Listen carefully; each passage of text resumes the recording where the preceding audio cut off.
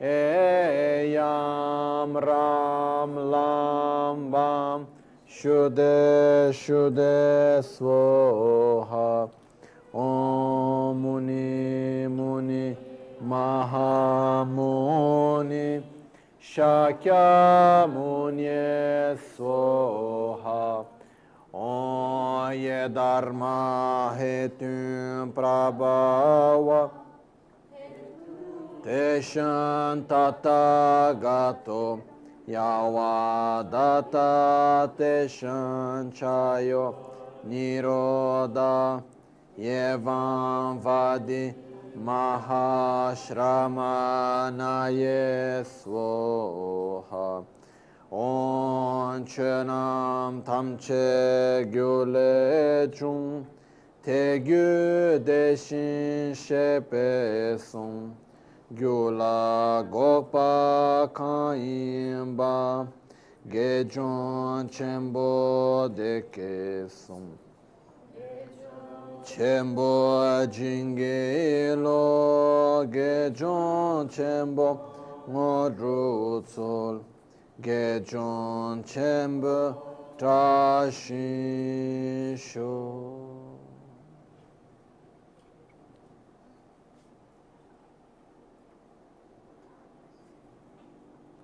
Sangye chedan sogi chonamla jancho bhardo dani kyapso chi dagi jinso gibe sonamgi drola pinchira sangye druparsho Sangye chedan sogi chonamla jancho bhardo dani kyapso chi dagi jinso gibe sonamgi Drola Penchira Sangye Druparsho. Em Buda, Dharma e Sangha, tomo refúgio até a iluminação. Com a prática das generosidades das outras perfeições, possa eu atingir o estado de Buda para o benefício de todos os seres sencientes.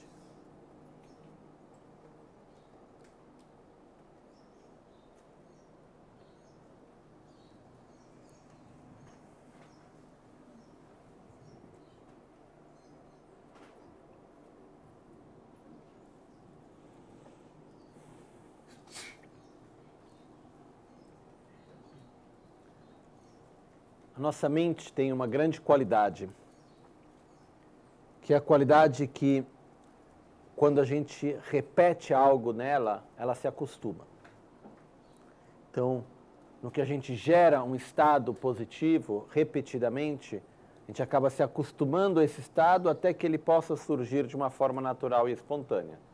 É claro que essa nossa qualidade usada de uma forma negativa acaba trazendo resultados negativos. Eu acabo tendo uma atitude de inveja várias vezes, tem uma hora que a inveja se torna cada vez mais forte. Raiva e assim por diante. Então, quanto mais raiva eu tiver, mais raiva eu vou ter.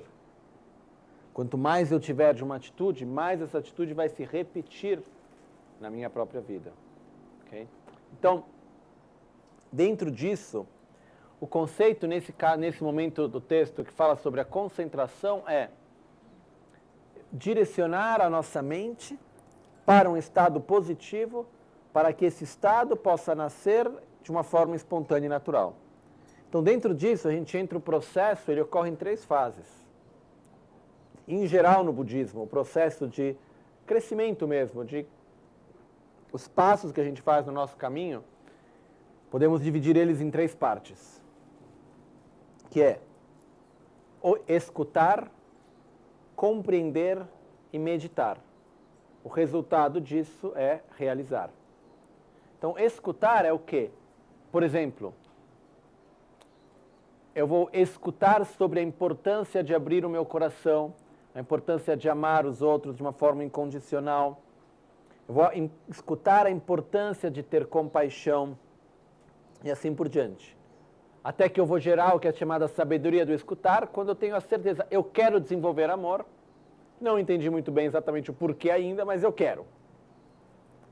Aí a gente tem depois disso a sabedoria do compreender, que que é o processo no qual a gente vai analisar, se questionar o porquê, até que a gente chegue numa certeza clara, objetiva.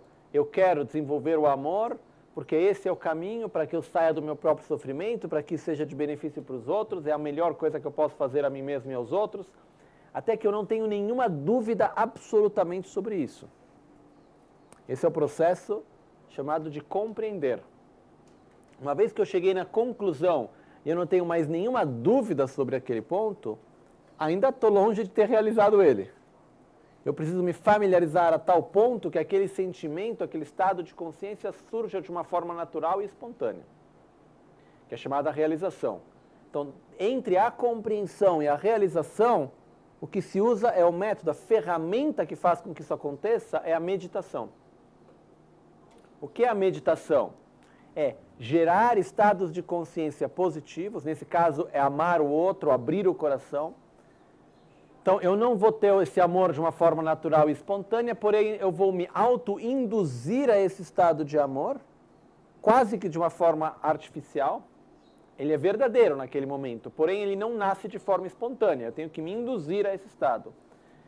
Para que no momento no qual eu estou sentindo isso, gradualmente eu vou me familiarizar com esse estado, até que ele surja de uma forma natural e espontânea, que é então a realização.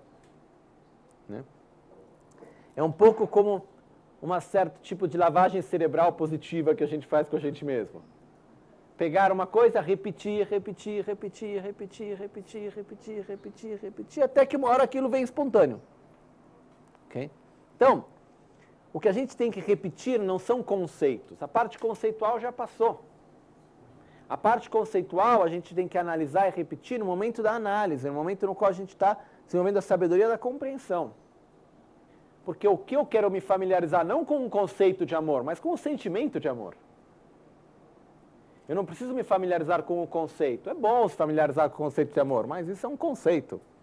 Eu posso ter toda a compreensão do porquê é bom amar e ter um grande ódio por todos. Ok? Então, com o que eu preciso me familiarizar? Não com o conceito, mas com o sentimento de amor. Com o estado de consciência de amor. Então, para que eu possa me familiarizar com esse estado de consciência, o que eu preciso fazer? Eu preciso gerar esse estado de consciência de uma forma, a princípio, artificial, pois ela é forçada, eu vou estar me auto-induzindo a esse estado, para que eu crie familiaridade, cada vez se torna mais fácil gerar esse estado, até que tem um momento que ele surja de uma forma natural e espontânea, okay? Que é assim chamada realização. Então esse é o processo natural para qualquer coisa, realizar a impermanência, realizar a correta visão da realidade, realizar a certeza da morte, a certeza da incerteza do momento da morte, a preciosidade dessa vida, realizar como diz, que não tem a palavra em português direito, afidar-se, to rely upon, confiar, que não me passa a ideia exatamente. Depositar a confiança, que também, não sei, eu não sinto uma certa falta quando faz tradução, mas quando é saber se relacionar corretamente com o guru, que na verdade é o processo que é to rely upon, que é depositar a nossa confiança da forma correta, meditar sobre isso. São todas coisas, são todos, na verdade, estados de consciência que a gente deve gerar. Então, o que a gente vai fazer? A gente vai fazer um esforço para estar através de um processo analítico. A gente vai se auto-induzir a esse estado de consciência e enquanto a gente estiver naquele estado de meditação, eu vou sustentar aquele estado de consciência para que cada vez mais aquilo se torne natural e espontâneo dentro de mim. Ok? Então, nesse ponto do texto, qual que é o estado de consciência que a gente tem que desenvolver principalmente? Amor e compaixão aos outros. Abrir o nosso coração de uma forma sincera e verdadeira. Então, e é daqui que então começa do verso 90. Começa exatamente essa parte de abrir o nosso coração aos outros. Ok? E essa parte então ela é dividida em digamos, duas partes, que é, primeira coisa, criar equanimidade entre eu e o outro, e depois trocar o eu com o outro, que na verdade eliminar o nosso egoísmo e desenvolver um verdadeiro altruísmo. Né? Okay? Então diz, tela sokpe namba yi embe yönde samche ne namto nyewar shiwadang chanchu semni komparcha dagdang shindu nyambani tangbo nitu bete kom de dang donga nyambe na tamche dakshin sunwarcha lakpa laso yewa na mayang yonsu sungchi lusu chikpatar teshin rowa tate dedu ta tamche dakshin dewa de nyam chik.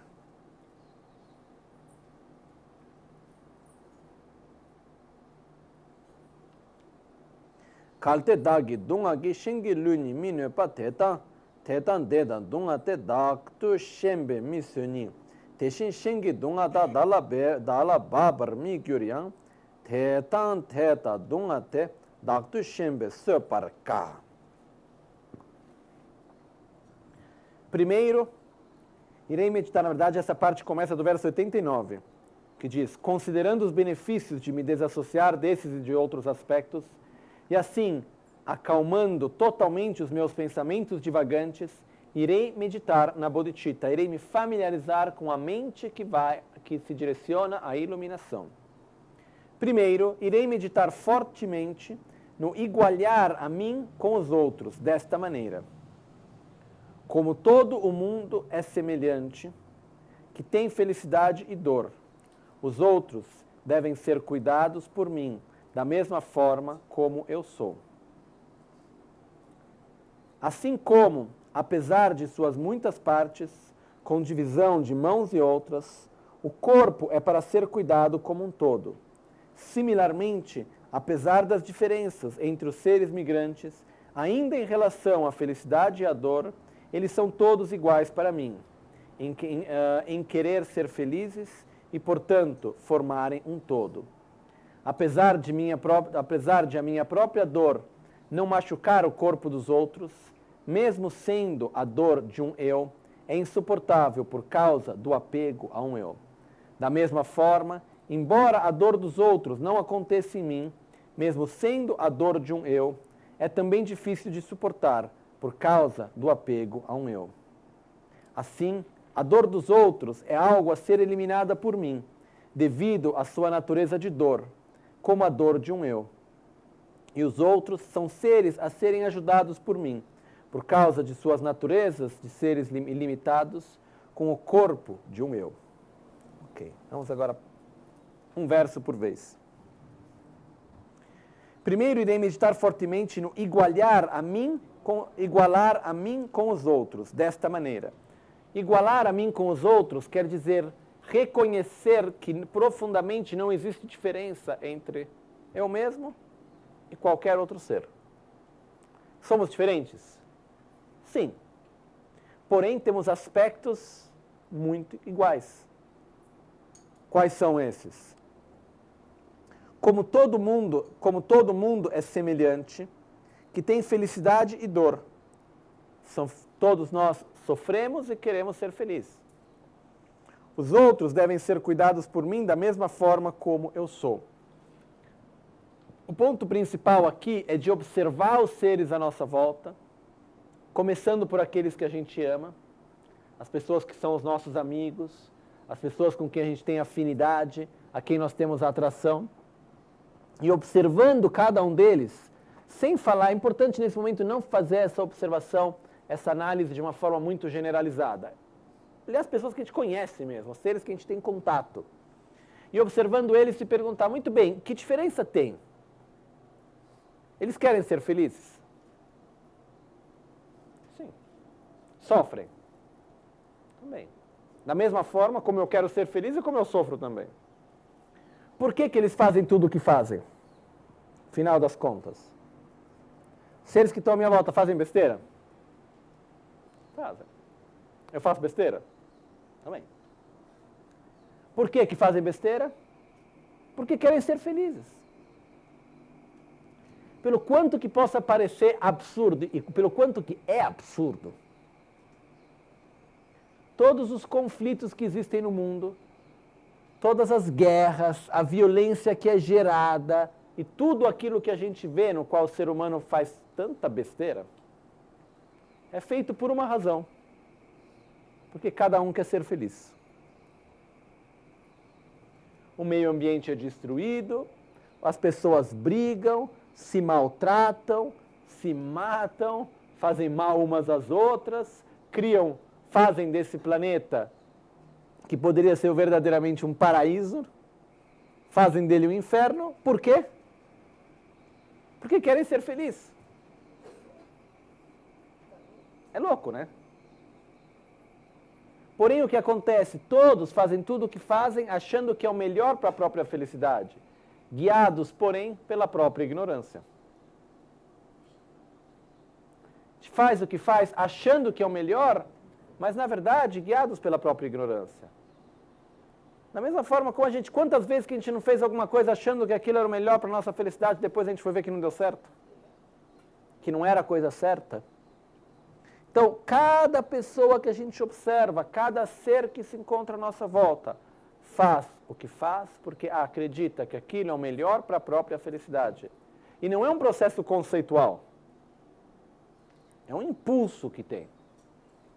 Então, desse ponto de vista, não tem nenhuma diferença entre nós e os outros. Efetivamente, qualquer ser, não importa quem for, daqueles que se encontram dentro do samsara, do mais puro ao mais impuro, fazemos o que fazemos porque queremos ser felizes. É igual. Então, esse primeiro nível da meditação é criar equanimidade. Quando é que eu sei que eu realizei equanimidade? Quando eu olho para alguém e me vem natural sentir que não tem diferença entre nós. Sim, temos um modo diferente de pensar, temos uma cultura diferente, ideias diferentes, um corpo diferente, níveis sociais, educação, sei lá o que for. Porém, no fundo, é a mesma coisa. No fundo, cada um de nós faz o que faz achando que é melhor para a própria felicidade. Okay? Guiados pela própria ignorância. Então, nesse sentido, somos iguais. Como todo mundo é semelhante, que tem felicidade e dor. Os outros devem ser cuidados por mim da mesma forma como eu sou. Ou seja, quando é que eu consigo efetivamente me igualar? Quando eu vou estar... O fato de me dizer eu tenho que me igualar com o outro, não é o fato de falar, nós somos todos iguais, é tudo igual para todos. Não. É quando eu sinto que, na verdade, no fundo, nós temos a mesma base de querer ser feliz, de não querer sofrer. Somos diferentes, porém temos a mesma base. E quando a gente começa a observar isso com clareza, chegar ao ponto que o que é que eu vou igualar? A importância que eu dou ao eu mesmo e que eu dou ao todo. Por que a minha felicidade tem que ter um valor maior que a sua? Por qual razão? Tem um verso muito bonito, eu não me lembro agora exatamente de onde vem. Talvez seja até do Bodhisattva Charvatara, daqui a pouco ele apareça, mas que diz: sofrimento deve ser eliminado por ser sofrimento, independentemente de quem ele seja. No momento que uma pessoa sofre, não importa de quem é aquele sofrimento, pelo simples fato de ser sofrimento, pela sua natureza, ele deve ser eliminado. Então, é tentar tirar um pouco essa importância absurda, essa obsessão pela autogratificação na qual a gente vive. Essa importância absurda ao eu e o meu. Que a gente vive assim, a gente dá a prioridade absoluta para o eu e para o meu, e o outro está lá. Uma coisa que a gente tem uma distância que é criada dentro disso. Então, a gente acaba, quando a gente vive com criando essa distância, a gente vive numa dualidade do eu, do meu, eu e o meu, que é uma coisa só, e o outro, o todo. Essa dualidade, o que acontece? Quando eu estou fazendo algo pelo outro, estou fazendo um sacrifício do eu. Quando faço algo por mim mesmo, pelo eu, tenho um certo sentimento de culpa que não estou fazendo nada pelos outros. Então, a gente tem que igualar o quê? Exatamente esses dois sentimentos. Quando eu faço algo pelo outro, estou fazendo por mim. Quando eu faço algo por mim, estou fazendo pelo outro. Não fazer mais distinção entre a nossa própria forma de agir, das nossas próprias ações, se é para o benefício comum do todo ou para o meu próprio benefício. Porque quando é para o comum do todo, é para o meu benefício. E quando eu cuido de mim diretamente, eu estou cuidando do todo quando a minha vida é dedicada ao todo. Eu não posso ajudar o todo se eu não estou bem. Eu não posso ajudar uma pessoa fisicamente se eu estou doente. Eu não posso ajudar alguém economicamente se eu não tenho dinheiro. Então, cada vez que eu dedico espaço, energia para cuidar de mim mesmo, do meu corpo, da minha mente, da minha saúde mental, física, emocional, material, no momento no qual a minha vida é dedicada ao todo, cada vez que eu faço algo por mim, eu estou fazendo pelo todo. E no momento no qual minha vida é dedicada ao todo, quando eu faço algo pelo todo, pelo outro, eu estou fazendo por mim. É um pouco como se tem uma pessoa que a gente ama muito. E essa pessoa se encontra numa situação de grande dificuldade. E a gente vai ajudar ela com sacrifício, com dificuldade. Sacrifício no sentido de uma dificuldade física até. Emocional, física, para ir ajudar essa pessoa. É um sacrifício o que eu estou ajudando a pessoa. Em outras palavras, o que é mais difícil? Ficar vendo o outro se afogar ou sair nadando para ajudar ele? Uma pessoa que a gente ama. O que é mais difícil? Ficar olhando, tomando água de coco, balançando na rede, ouvindo uma musiquinha boa, alguém que faz uma massagem nos pés. Enquanto estou vendo lá a pessoa que eu amo está se afogando, é difícil. Se tem uma pessoa que a gente ama que está numa situação de dificuldade, o fato de a gente ir ajudar ela, a gente faz por a gente, não é um sacrifício. A gente faz aquilo que nos preenche. O fato de a gente não poder ajudar a pessoa é muito pior. Então, no momento no qual a gente abre o nosso coração ao todo, a gente abre o nosso coração ao outro, quando a gente faz algo pelo outro, a gente não está tendo nenhum sacrifício. A gente também está fazendo por nós. A gente recebe um benefício nisso também. Então, é aqui que a gente tem que igualar o eu e o outro. Quando a gente está igualando o eu e o outro, quer dizer que o eu e o outro têm a mesma importância. Eu não estou eliminando o eu para preencher com o outro. Eu estou simplesmente colocando os dois no mesmo nível e fazendo com que no final das contas não tenha mais diferença entre eles. Não é fácil. Falando a verdade. Sendo sinceros.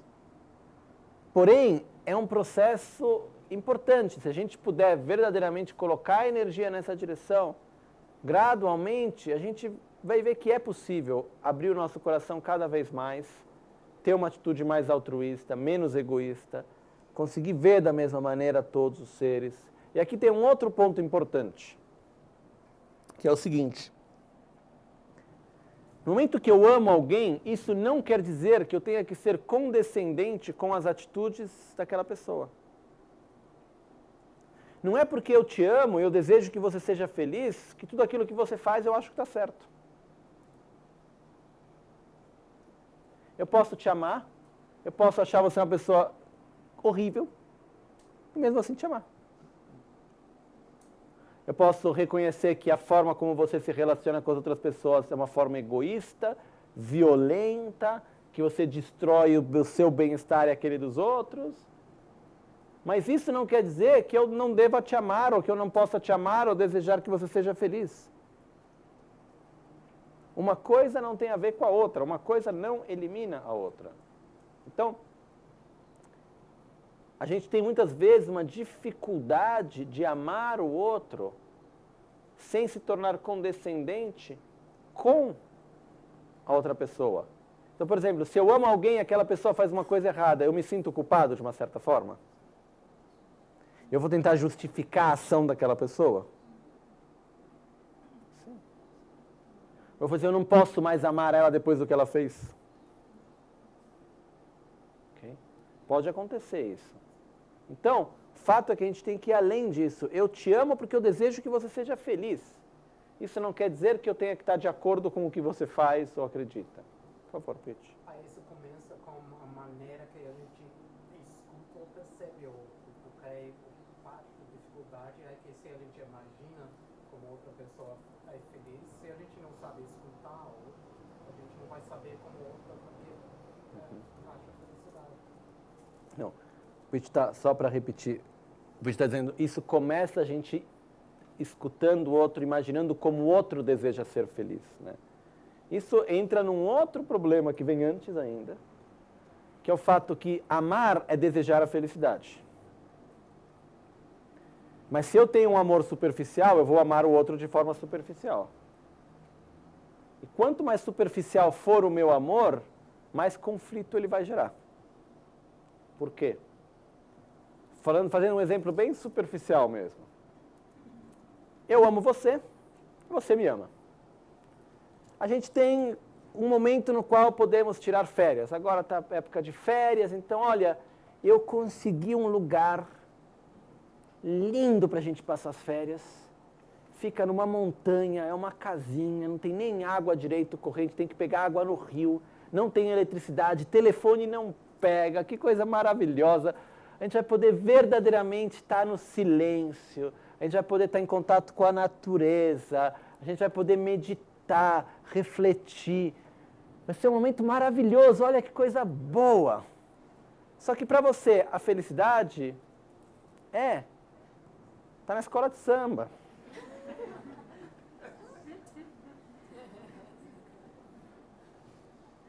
No luxo e seja o que for, entendeu? Aí você fala, mas você não me ama? Porque o que você quer para mim? Aí fala, não, olha, eu te amo tanto, olha, eu já marquei um hotel 5 estrelas, sei lá onde, lá. Aí, tudo isso, mas não, isso não, você não me ama. O que acontece é, no momento no qual nós temos um conceito de felicidade bem oposto, eu vou desejar para você aquilo que a princípio eu desejo para mim. É claro que eu preciso escutar o outro, para poder respeitar a felicidade como o outro a vê. Porém, o ponto que vem aqui, ele é um ponto que ele transcende isso. Por quê? Porque a felicidade que a gente deseja nessa parte da prática, na verdade, nessa parte do caminho, não é uma felicidade superficial, mas uma felicidade profunda. É a felicidade que é estar livre da raiva, do apego, da arrogância, da inveja, dos ciúmes, da insatisfação, da ignorância, do egoísmo. Viver em um estado de equilíbrio, de satisfação, de alegria, de paz, de sabedoria, de amor. É isso que a gente deseja, antes de mais nada, né? Que é, na verdade, o que, no fundo, cada um de nós precisamos. Okay? Mas é claro que eu não vou poder amar o outro de uma forma profunda sem antes amar a mim mesmo. Se eu não tenho clareza do que eu quero, do que é a felicidade para mim, eu não vou conseguir direcionar isso ao outro. Então, um passo extremamente importante que nasce disso tudo é, antes de chegar nessa fase, eu preciso ter clareza sobre o que é ser feliz para mim mesmo. Para mim, a felicidade tem que ser algo que é independente dos bens materiais, das condições no qual a gente vive, das pessoas que estão à nossa volta, das situações no qual a gente vive. Porque se a minha felicidade tiver que depender disso, aí eu estou perdido. Porque tem sempre uma coisa que não está boa, uma coisa que não está no lugar e assim por diante. Então, o fato para mim, a felicidade é estar bem comigo mesmo, em harmonia, independentemente de onde eu estou, com quem eu estou, em qual situação eu me encontre. É um objetivo. O que quer dizer isso? Viver com felicidade quer dizer viver livre de apego, da raiva, da inveja, dos ciúmes, do medo. Viver num estado de equilíbrio, de satisfação, livre de conflitos, por isso num estado em paz. Então, quando a gente tem essa clareza, é dessa clareza que a gente vai, nesse momento, dedicar ao outro. Então, antes disso, é claro, a gente precisa saber ver o outro, entender o outro, porém esse estado de felicidade, ele vai muito além do que aquilo que a maioria de nós acredita que seja felicidade. Porque quando a gente olha a felicidade no nível mais superficial, é claro, falando bem no nível mais grosseiro, quando eu desejo a sua felicidade, eu tenho que, antes de tudo, saber te escutar, saber te observar, saber te entender, para ver o que você precisa. Não necessariamente aquilo que você deseja para mim é aquilo que eu desejo para mim.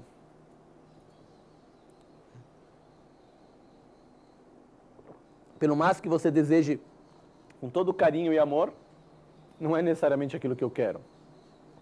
De vez em quando até tem umas situações meio esquisitas, no qual alguém vai lá e te dá alguma coisa, que seja um objeto, que seja uma situação que te impõe e fala, olha, eu te amo, eu preparei isso para você, mas eu não gosto, eu não quero, não, mas eu fiz com todo carinho.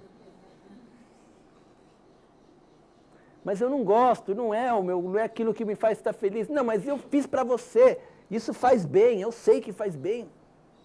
E a pessoa tem que impor algo, por quê? Porque ela acredita que aquilo é o melhor. Eu me encontrei numa situação parecida uma vez, estava no Tibete, e tinha uma situação difícil, complexa, não vou entrar nos detalhes agora. E eu queria fazer algo por isso. Eu queria ir lá e fazer algo para melhorar aquela situação. E tem uma parte de mim que eu vi, que era o meu próprio ego, da minha própria arrogância de ajudar, que eu queria fazer alguma coisa. Porém, quando eu comecei a observar o que verdadeiramente era o melhor para as pessoas que eu queria ajudar, eu cheguei na conclusão difícil, que a melhor coisa que eu poderia fazer para ajudar é não fazer absolutamente nada. Qualquer coisa que eu fizesse no meu alcance naquele momento só ia piorar a situação. Eu talvez me sentiria um pouco melhor porque estou ajudando, mas na verdade eu só estou piorando a situação. Então, é claro que quando a gente fala sobre ajudar o outro, a gente tem que respeitar o outro, tem que saber ver e respeitar o outro. Isso é muito importante. Nesse momento do texto, quando ele fala sobre se igualar e amar o outro, na verdade, se parte de um amor muito mais profundo, que é um conceito de felicidade mais profundo, é desejar a felicidade enquanto um estado livre do sofrimento e de suas causas. Um estado livre da raiva, da ignorância, um estado de perfeito equilíbrio emocional, que a gente deseja para o outro, que vai muito além do que a outra pessoa acha que é felicidade ou não das pequenas coisas da vida. Ok? Então, é claro, se a gente não tem abertura para ver outra pessoa, para ver o outro, para escutar o outro, a gente tenta impor a nossa forma de ser feliz, isso também não dá certo. Porém, o primeiro ponto que a gente chega aqui, no verso 90, é o fato da gente poder verdadeiramente olhar para outra pessoa, para o outro ser, que seja essa uma pessoa, um animal, olhar para o outro ser e sentir que no fundo não tem diferença entre nós. Não é óbvio. É por isso que precisa meditar. E ao mesmo tempo, depois disso, gerar aquele sentimento no qual a gente abre o nosso coração, lembrando que abrir o coração ao outro não quer dizer ser condescendente com o outro. Isso é uma grande chave. Porque muitas vezes eu ouvi dizer, não, mas como que eu posso amar aquela pessoa depois de tudo aquilo que ela fez? Muitas vezes não são nem pessoas que a gente conhece, são personagens públicos. Pessoas que a gente tem uma imagem mais generalizada, a gente nem conhece a pessoa, tem uma imagem dela. Então, o fato é, amar alguém, abrir o meu coração a essa pessoa, não quer dizer compartilhar, ser condescendente com as atitudes da pessoa, o que ela faz ou deixa de fazer. Okay?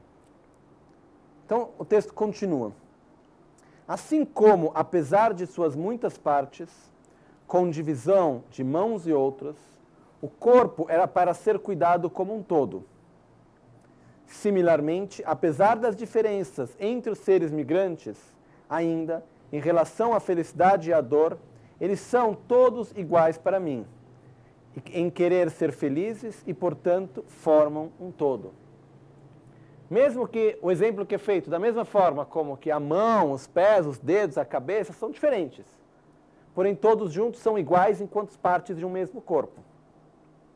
Cada ser que se encontra à nossa volta são diferentes, sim. Porém, são iguais enquanto seres que desejam a felicidade, que não desejam sofrer e criam uma unidade. Todos juntos. Então, eu faço parte dessa unidade. Não tem diferença entre nós enquanto isso. Não importa se a outra pessoa é um amigo, se é um inimigo, se é uma pessoa a quem eu sou indiferente. Somos iguais. A gente está na mesma história. Não importa a classe social, o país, a cultura, a religião. A gente está na mesma história, na mesma situação do momento no qual sofremos, do momento no qual queremos a felicidade, não temos satisfação pela felicidade que temos, no momento no qual somos predas da ignorância, da raiva, dos ciúmes, da inveja, e por isso sofremos. Então, reconhecer que a gente está no mesmo nível. Qual que é o estado de consciência que a gente tem que gerar nesse momento da meditação?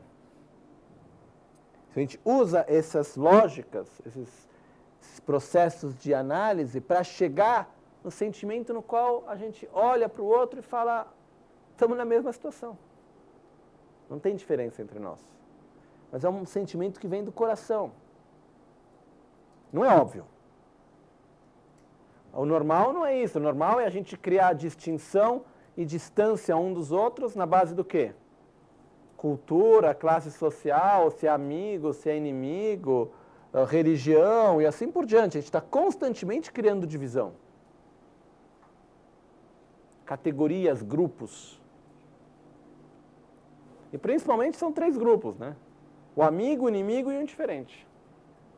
Aquele que me faz bem é amigo, aquele que me faz mal é inimigo, aquele que não me faz nem bem nem mal, não é nem amigo nem inimigo, é indiferente. Aí tem o amigo do amigo, que é meu amigo, tem o inimigo do inimigo, que é meu amigo. Né? Aquele que faz bem ao meu a mim é meu amigo, aquele que faz bem ao meu amigo é meu amigo. E aquele que faz mal ao meu inimigo é meu amigo. Aquele que faz mal a mim é meu inimigo. Aquele que faz mal ao meu amigo é meu inimigo. E aquele que faz bem ao meu inimigo é meu inimigo também. Aquele que não faz nem bem nem mal a mim, indiferente. Aquele que não faz nem bem nem mal ao meu amigo e ao meu inimigo, são todos indiferentes. Eles são chamados os 9 objetos. Nós nos relacionamos constantemente através deles. Por quê? O que tem em comum entre esses 9 objetos? O eu. A gente vive tudo através do eu. Aquele fez bem a mim é meu amigo. Aquele fez bem ao meu amigo é meu amigo. Aquele fez mal ao meu inimigo é meu amigo. Isso está presente no nosso dia a dia constantemente. Só que é muito cansativo. É chato. É cansativo. Aí depois para o amigo eu vou ter atração, para o inimigo eu vou ter aversão. O que acontece quando o amigo faz algo que nos faz sofrer? Vira inimigo. E quando o inimigo faz algo que nos faz estar bem? Vira amigo. Talvez a gente tenha um pouco de arrogância, não logo de cara, a gente espera um pouquinho, mas depois um pouco passa. Então, é totalmente instável isso. E a gente vive preda disso constantemente. A gente está julgando cada situação, porque não é só a pessoa que é amigo e inimigo, é a situação, é o lugar, é o objeto. E o que acontece? Em relação ao amigo a gente tem atração, em relação ao inimigo a gente tem aversão, em relação àquele que não é nem amigo nem inimigo a gente tem indiferença. Isso é presente no nosso dia a dia. E através dessa atitude de atração e de aversão e indiferença nasce apego, raiva, ódio, rancor, inveja, ciúmes, medo. Consequência? Sofrimento.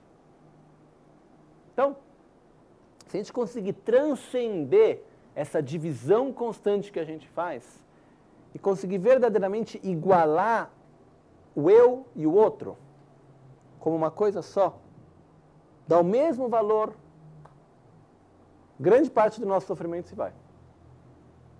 É fácil fazer isso? De jeito nenhum. É possível? Sim. Porém, requer um começo, né? Devagarzinho abrir o nosso coração, que é o que Shantideva está nos guiando aqui. Por isso que é uma parte de meditação, meditar nesse processo, gerar esse estado de consciência para poder familiarizar a nossa mente com isso. Então, entender que nós fazemos parte de um todo. E o todo é muito mais importante do que o eu. O eu não existe sem o todo. Então, ter a visão do todo. Porque normalmente nós vivemos no oposto, né? Nós somos obcecados pelo eu e pelo meu. Tem até quem chega e fala, não, eu amo todos os seres, claro. Esse planeta, os seres são tão importantes. Eu amo todo mundo. Aí depois vem a lista das exceções. Então, amar todos quer dizer todos e cada um, sem exceção. Então, eu amo aqueles que me fazem bem, eu amo aqueles que me fazem mal, poder amar todos verdadeiramente. Então, como a gente começa isso? Direcionando esse estado mental em relação às pessoas com quem a gente convive no nosso dia a dia. Que são os nossos amigos, os nossos inimigos, as pessoas com quem a gente trabalha. A palavra inimigo é meio forte. Mas a gente tem, assim por dizer, inimigos.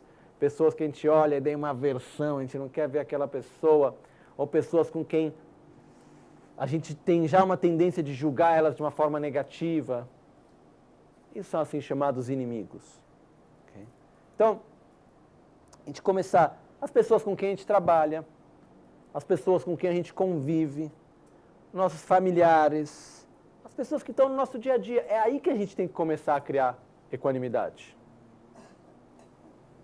Porque senão, se a gente ficar naquela mente, não possam todos os seres ter a felicidade da sua causa, que é uma das preces mais lindas que eu conheço, mais poderosas também, mas a gente ficar de uma ideia, uma forma idealizada do amor a todos os seres, somos todos iguais, porque somos todos seres sencientes, e fica naquela coisa idealizada, meio longe da nossa realidade, a gente não vai estar transformando a nossa mente de verdade.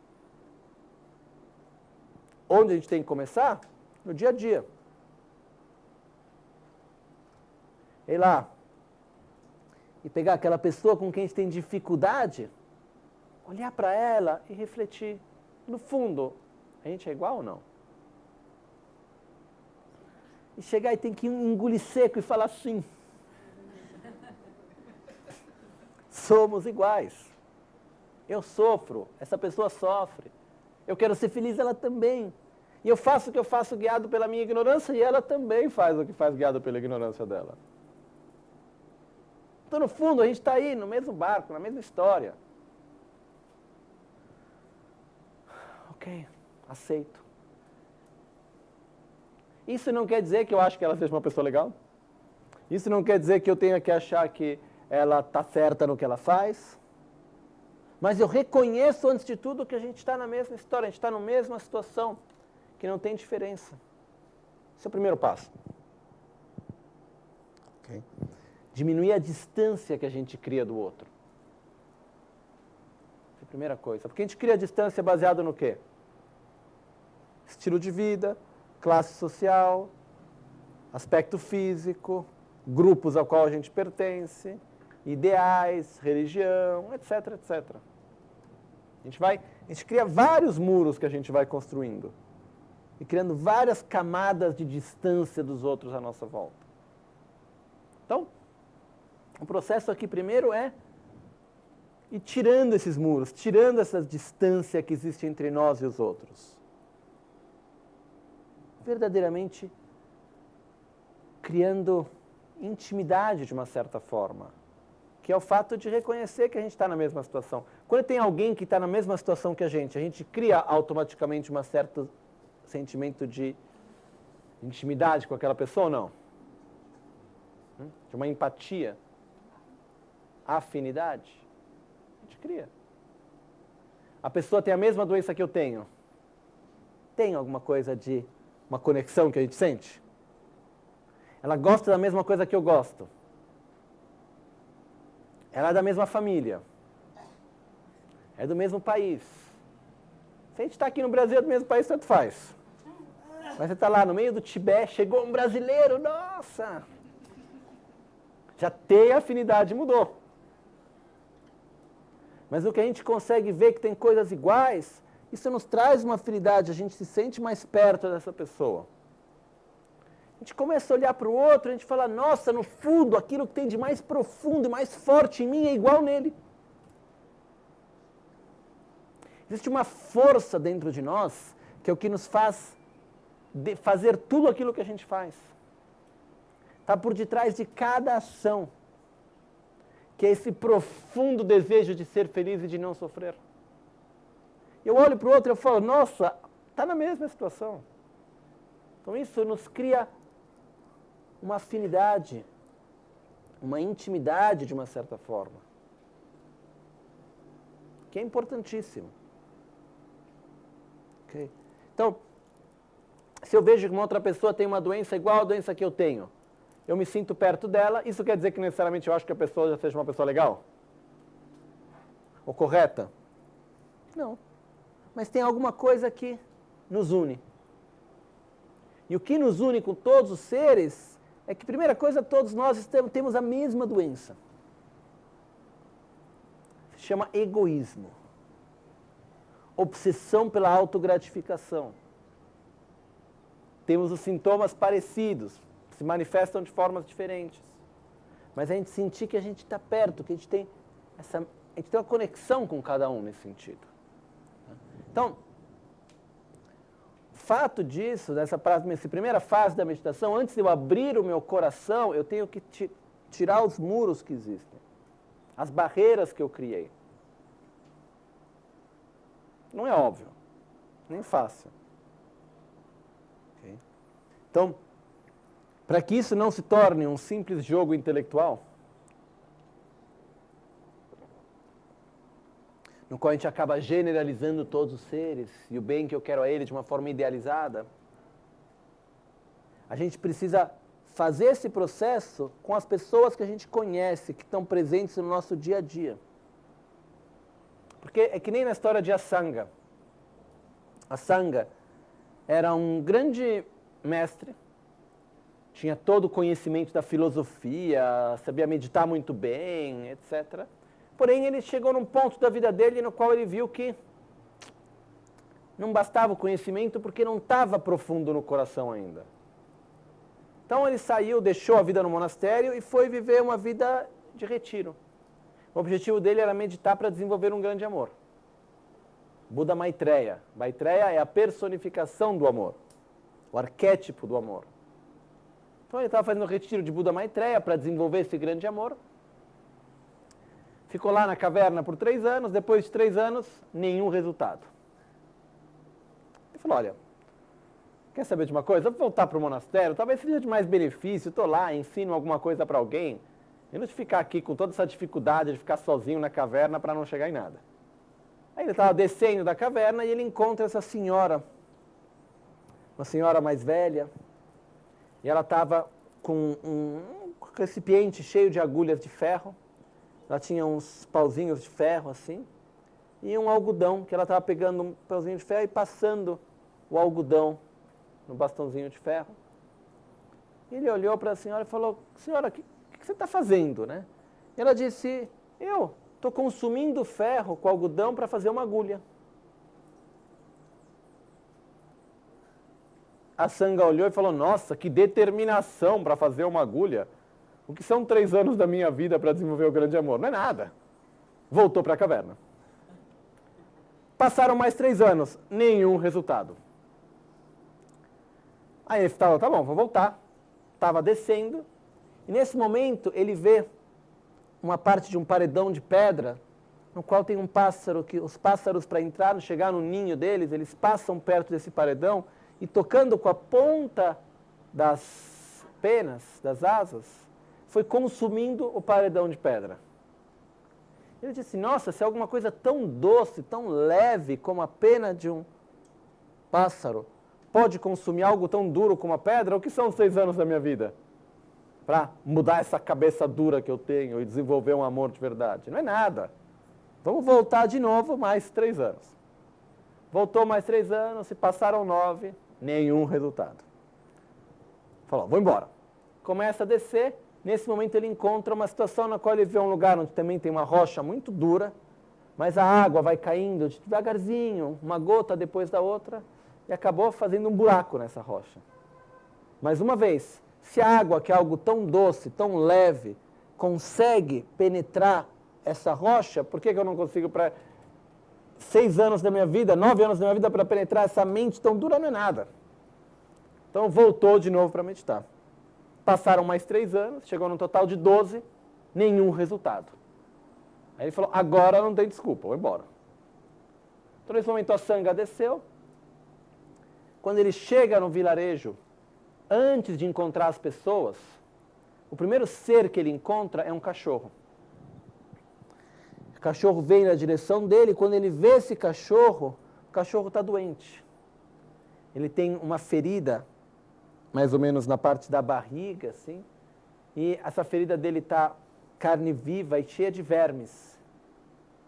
E no que ele vê o cachorro naquele estado de doença, de sofrimento, ele sente um amor pelo cachorro, uma compaixão pelo cachorro, ele deseja que o cachorro seja livre até do menor sofrimento que possa ter, até o sofrimento mais profundo da ignorância. E ele deseja que o cachorro seja livre de qualquer sofrimento, e ele fala, eu tenho que ajudar ele nesse momento. Então ele vai lá para tirar os vermes do cachorro. Mas quando ele chega para tirar os vermes, ele olha para os vermes, ele vê que ele tem o mesmo amor pelos vermes. Os vermes também sofrem, também desejam a felicidade. E ele vê que se ele tirar os vermes naquele momento e não tem de onde colocar os vermes iam sofrer e morrer. Então ele precisava de um lugar que fosse acolhente para os vermes. Então o que ele faz? Ele pega uma faca e corta uma parte da coxa dele. Para colocar os vermes lá. Então ele corta a parte da coxa dele, coloca lá, e depois disso ele vai pegar os vermes. Mas ele vê que se ele for pegar os vermes com a mão, ele vai machucar os vermes. Ele precisa de uma coisa úmida, então ele vai com a boca para retirar os vermes. Isso eu coloco na história, nunca fiz escrito, mesmo com todo o amor e a compaixão, um pouco de nojo ele tinha, porque ele fecha os olhos. A história diz que então a sanga fecha os olhos, vai em direção do cachorro para pegar os vermes, e quando ele chega perto, ele nunca encosta, de repente ele cai com a cara no chão, olha para frente, não vê mais o cachorro e vê Buda Maitreya. Ele pergunta para Buda Maitreya, cadê o cachorro? E Buda Maitreya diz, eu era o cachorro.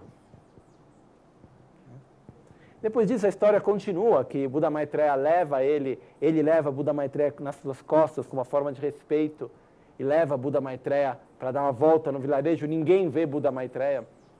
Depois Buda Maitreya leva ele até a terra pura de Tushita, onde ele passa uma manhã, que são 50 anos no reino humano, onde ele recebe os ensinamentos, depois ele volta e transmite esses ensinamentos, que são, na verdade, estudados até hoje. Eu estudei durante vários anos um desses textos, chamado Abhisamaya Alankara, que foram vários textos super importantes hoje, que foram transmitidos por a Sangha, ensinamentos que diz ter recebido de Buda Maitreya.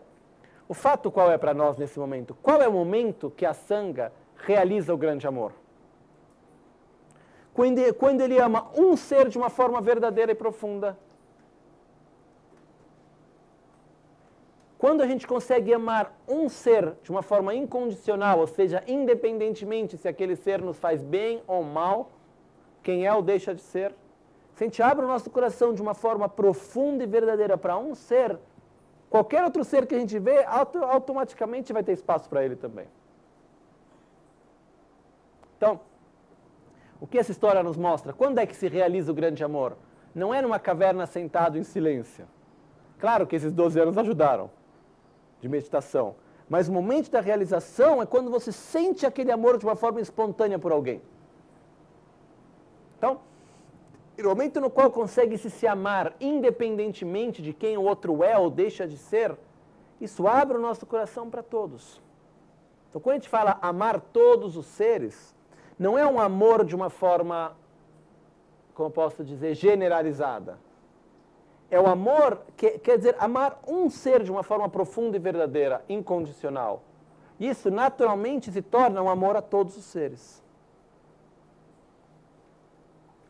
Então o processo para chegar nisso é a primeira coisa de desenvolver a equanimidade, no qual eu vejo o outro ser e vejo que ele é igual a mim. Eu sou igual a ele. Todos nós desejamos a felicidade, não queremos sofrer.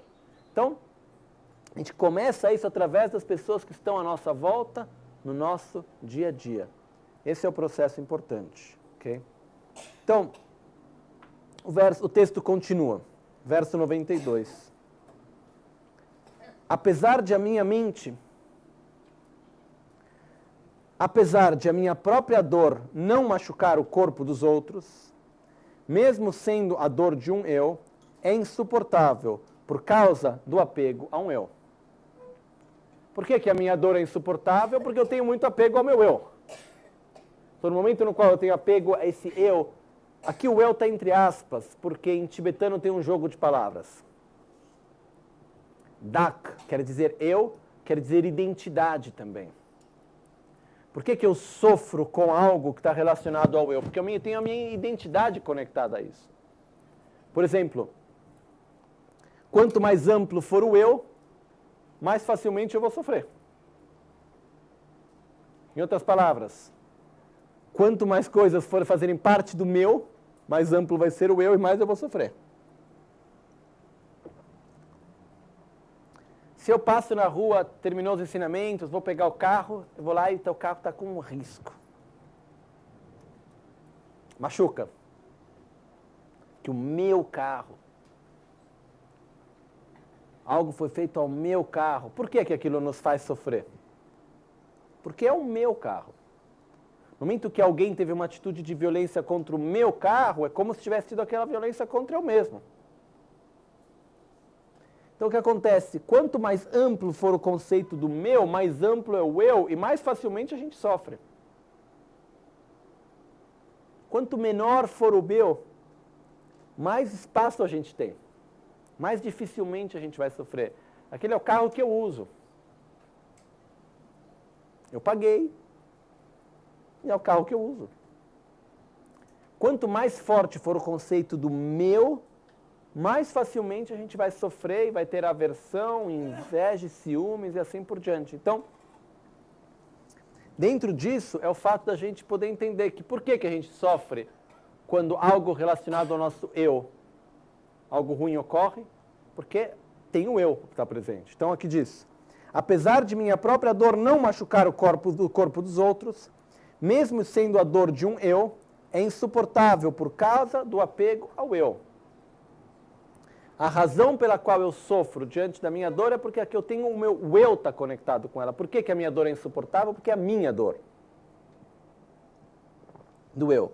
E aqui tem um jogo de palavras, porque continua dizendo, da mesma forma, embora a dor dos outros não aconteça em mim, mesmo sendo a dor de um eu, é também difícil de suportar, por causa do apego a um eu. Qual que é esse eu do segundo verso? É o fato que eu reconheço, eu tenho uma identidade no todo. Eu acabo, de uma certa forma, é como se fosse dizer assim, uma pessoa que eu amo, ela faz parte do meu. Se ela sofre, eu desejo que aquele sofrimento não exista? Desejo. É insuportável, de uma certa forma, o sofrimento do outro quando eu amo ele? Por quê? Porque eu me reconheço naquilo, faz parte do meu.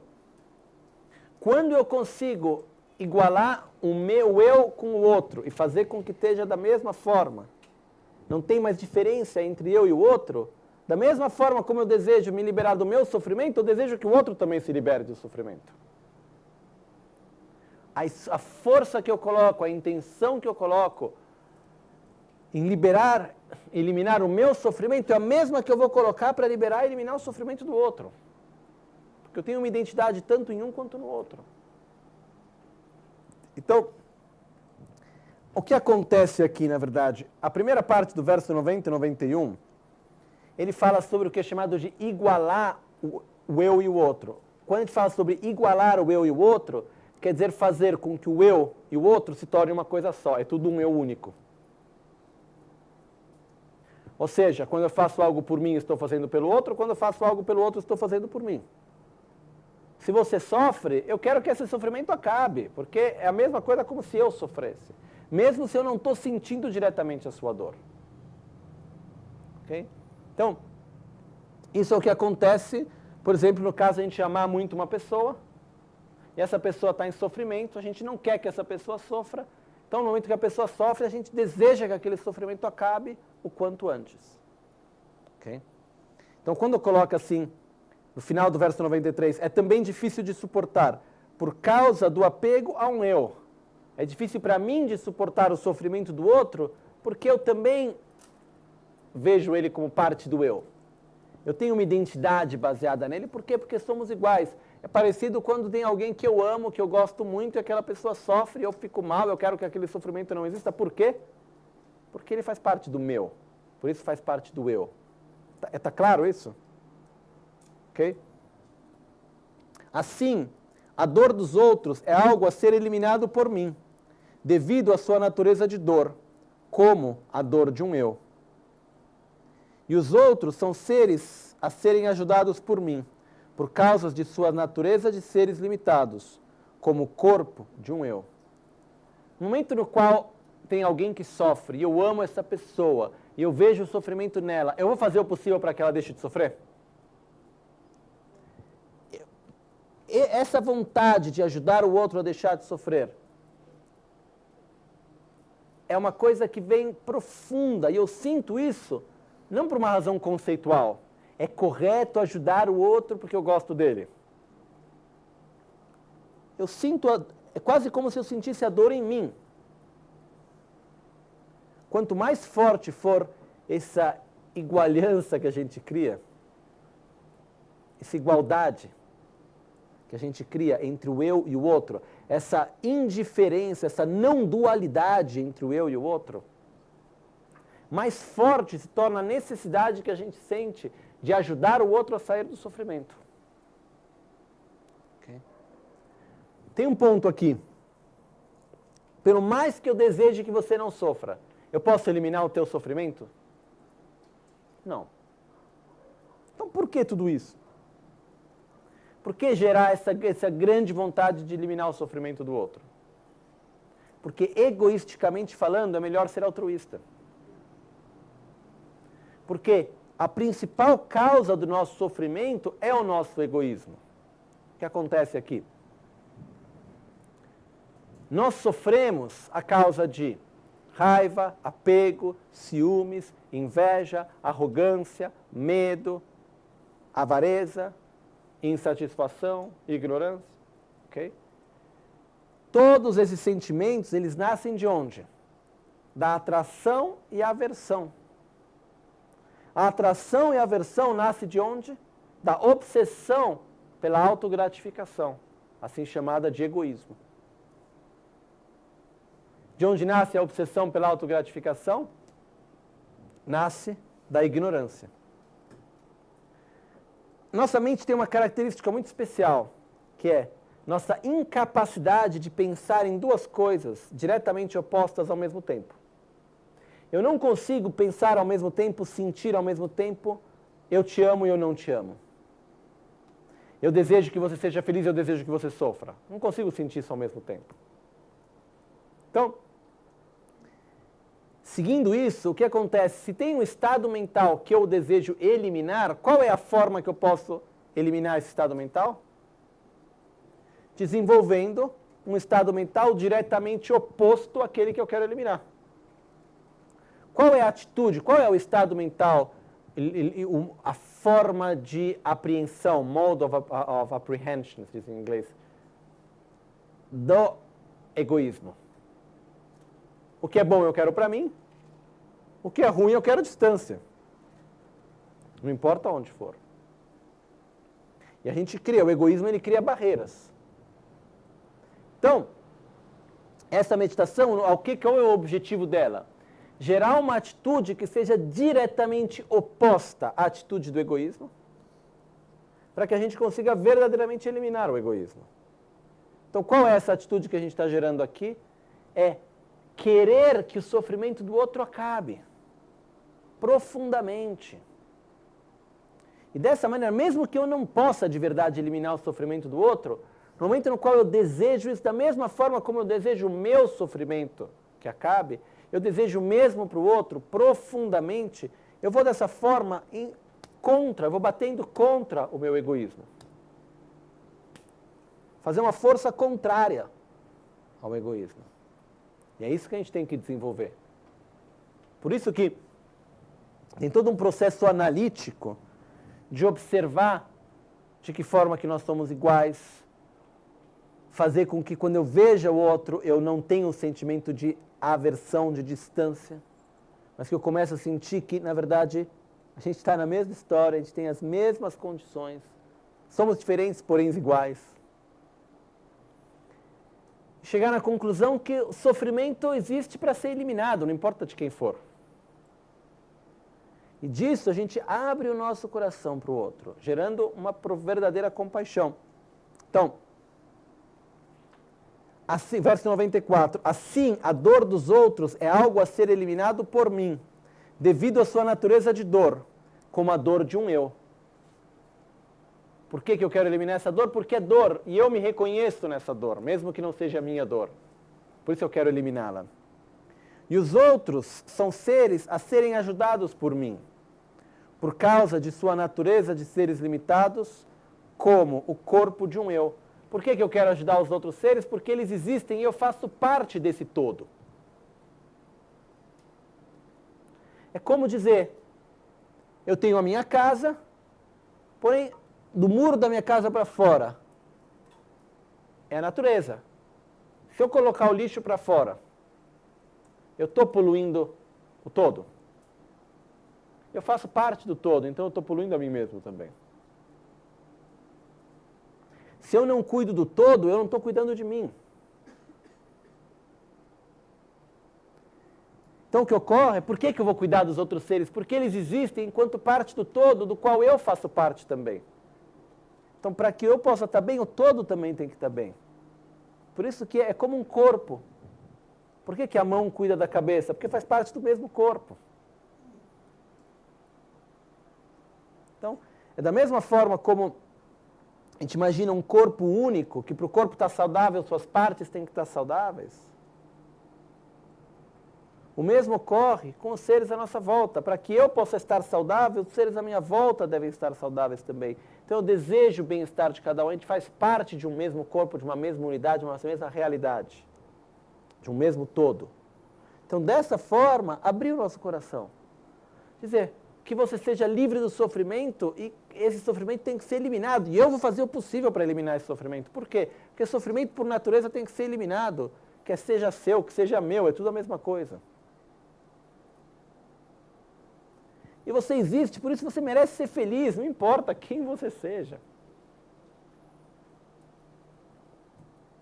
Gerar esse sentimento. Não é óbvio, não é simples, mas é importante. Então, esse é o processo da concentração que a gente fala. A gente vai concentrar nossa mente no quê? Nesse capítulo que nos mostra. Em gerar essa atitude de amor e compaixão aos outros. Então diz. Quando a felicidade é algo igualmente apreciada, tanto por mim como pelos outros, o que há de tão especial em mim que batalho apenas pela minha própria felicidade? Por que a minha felicidade vale mais que a sua? Por qual razão? Porque eu sou uma pessoa melhor? Porque eu sou eu e você é você?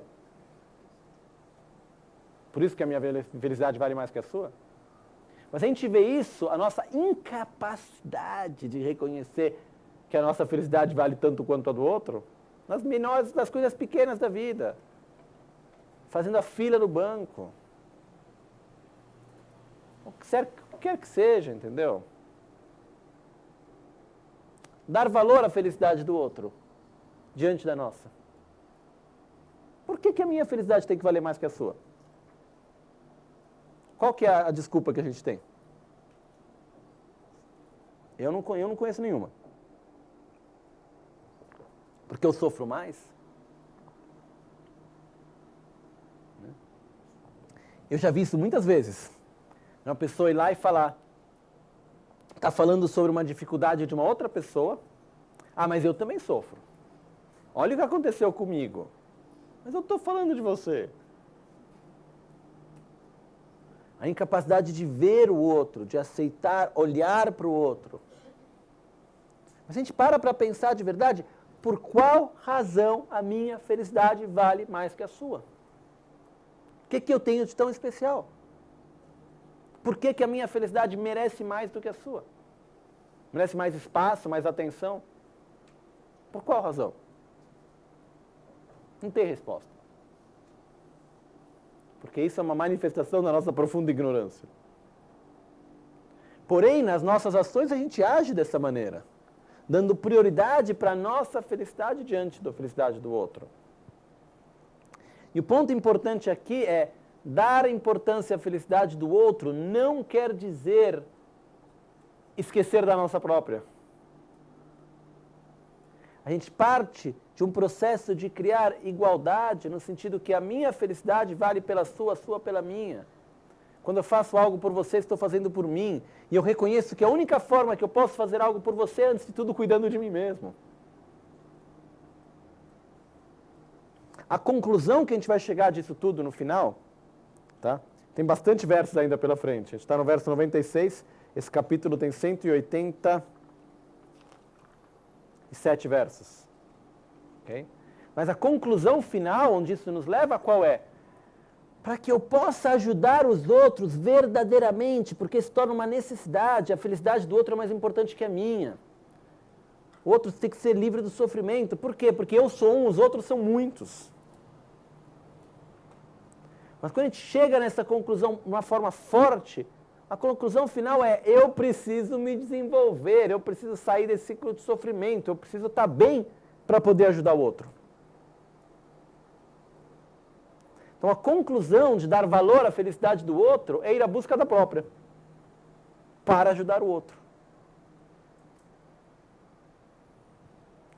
Pode parecer até meio contraditório, mas não é absolutamente. Então, esse verso é um verso extremamente importante. A gente pode até lembrar dele, verso 95. Pegar o tibetano dele.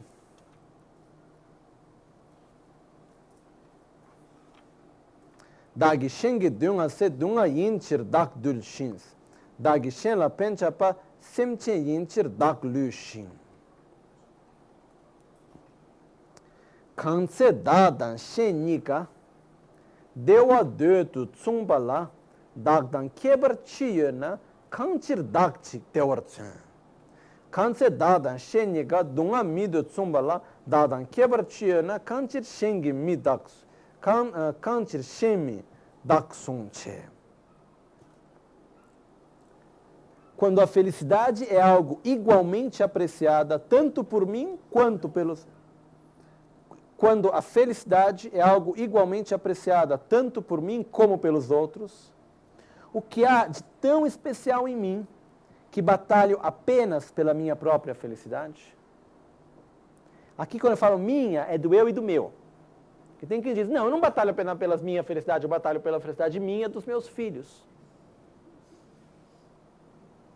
Ótimo que tem amor pelos filhos. Porém, o meu é uma extensão do eu. Ok?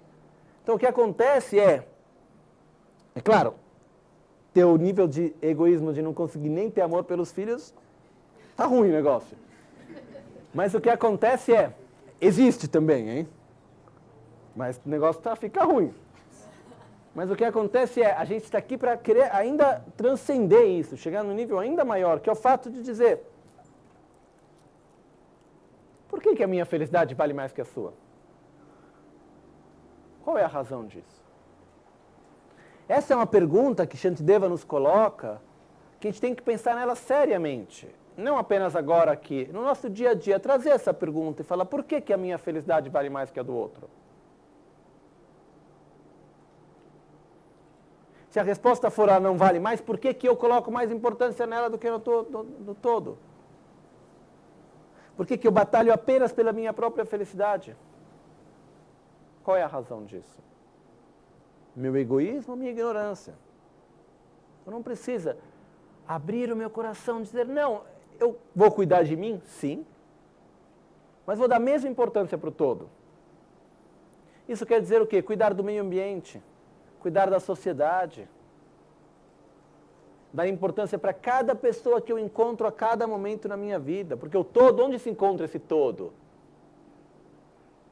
Com todos aqueles com quem eu me relaciono no dia a dia, na interdependência na qual eu vivo, no lixo que eu vou gerar, na água que eu vou consumir, na energia que eu vou gerar, na interdependência que eu vou estar gerando na sociedade. Então, é aqui que eu vou estar tendo atenção pelo todo. Tem muitas coisas que não é apenas por mim, mas é pelo bem comum. Respeitar a pessoa que está à minha frente, tratar ela de uma forma com carinho, dar importância para a felicidade daqueles com quem eu me encontro a cada dia. Lembrando que isso é algo que tem que gerar felicidade e bem-estar a nós mesmos ao mesmo tempo, que gera automaticamente. Então, não é que eu estou aqui fazendo um sacrifício de pensar no outro e eu estou perdendo a minha vida para dedicar aos outros. Se a gente pega pessoas que verdadeiramente aplicaram isso na própria vida, se a gente perguntar para elas, vocês deram ou receberam mais? A resposta é eu recebi. Uma das pessoas que eu conheci, que para mim, pela expressão corporal já dava para sentir isso, era a Madre Teresa, em Calcutá. Uma pessoa que, pela presença, pela atitude, pela humildade que ela tinha, pela forma como ela se colocava e pelo nível de alegria que ela tinha. É uma pessoa que transmitia, antes de mais nada, quando eu conheci ela foi pouco antes que ela falecesse. E ela estava com o corpo acabado. Dava para ver. Vários problemas físicos. Porém, ela transmitia uma alegria, um amor, mas de uma alegria que tocava todos aqueles que estavam à volta dela. Agradecendo a todos os momentos. Isso por quê? Porque quando a gente dá de verdade, a gente é aquele que recebe mais do que qualquer outro. Então, se questionar de verdade, por quê que a minha felicidade vale mais que a felicidade do outro? Por que que eu vivo dessa maneira? E a gente vai chegar na conclusão que a gente não tem resposta.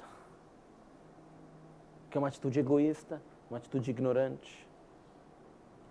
E a conclusão é, eu não preciso viver assim. Então, abrir o nosso coração para o resto, abrir o nosso coração para o todo. E quando o sofrimento é algo igualmente não apreciado, tanto por mim como pelos outros, o que há de tão especial em mim que cuido apenas de mim mesmo e não dos outros? Se o sofrimento não é apreciado nem por mim nem pelo outro, por que que o meu sofrimento vale mais que o seu? Por que que eu tenho que cuidar mais do meu sofrimento em vez do sofrimento do outro, do todo? Uma parte eu poderia dizer, não, eu tenho que cuidar mais do meu sofrimento, porque ninguém pode fazer por mim e eu não posso fazer por ninguém, então é melhor que eu cuido de mim mesmo. Ok, mas não é assim, né? Se a gente está numa situação difícil, no qual não tem comida, qual é a tendência da maioria de nós? Compartilhar a comida que tem com todos, ou vai guardando um pouquinho, essa é a minha comida, fui eu que trouxe, se você não trouxe comida, o problema é seu.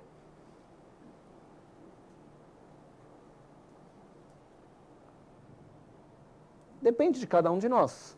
Se a nossa atitude é compartilhar, dizer, estamos aqui juntos, essa é a situação, o que temos é isso, vamos compartilhar o que tem e vamos tentar ajudar um ao outro, maravilhoso, grande respeito.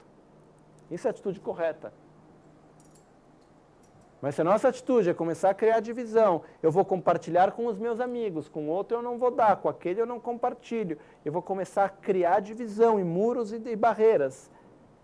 E vou dar para o eu e para o meu, e para o outro eu vou excluir. estou tendo uma atitude egoísta. Por quê?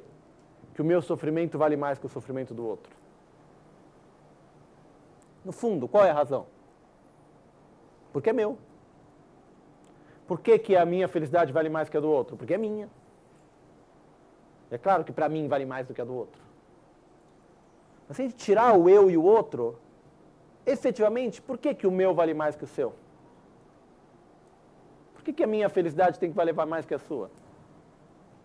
Não tem uma razão. Se fosse assim, o meu voto vale mais que o seu. Porque é o meu.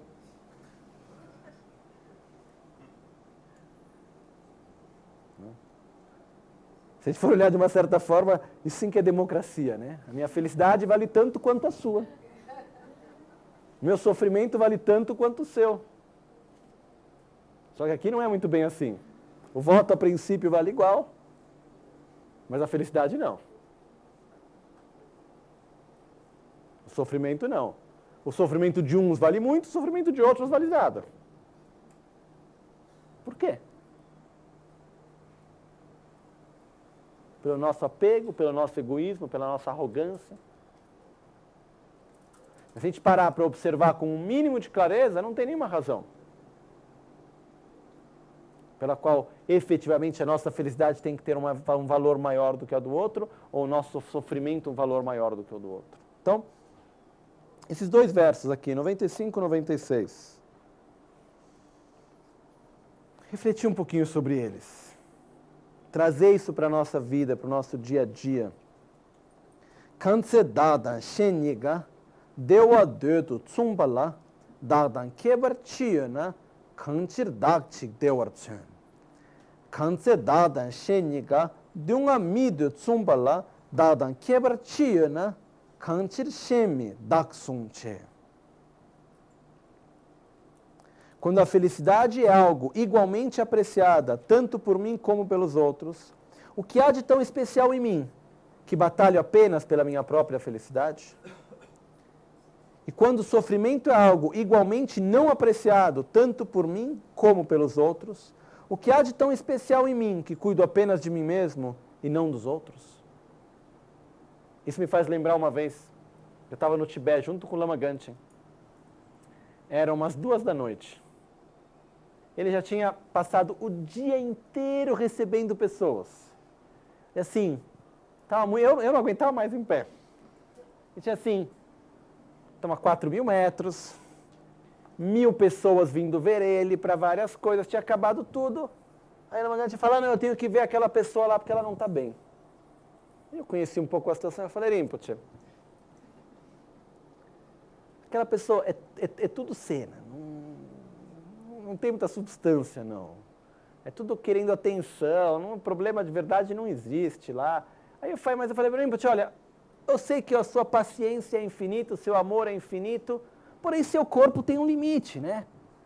Vamos dormir um pouco, descansar, deixa, se for o caso que alguém tem que ir lá dar um pouco de atenção, eu vou lá falar com essa pessoa. Tudo bem. Aí eu tentei meio que segurar o Lama Gangchen para dizer, não, descansa, fica aqui, não vai. E ele me olhou e ele me disse uma coisa, bem direto, sério. Ele me disse, se a gente faz todos os dias a prece, possam todos os seres ter a felicidade à sua causa, possam todos os seres ser livres do sofrimento de sua causa, e num certo momento aquele que mais precisa de ajuda está na nossa frente, o que a gente faz? Ignora ele? Aí eu engoli seco. Falei, vamos lá. Aí acompanhei ele, foi lá, deu atenção para aquela pessoa que efetivamente, de um ponto de vista físico, não tinha problema, mas era um sofrimento mental. E de todos os sofrimentos, qual é o pior?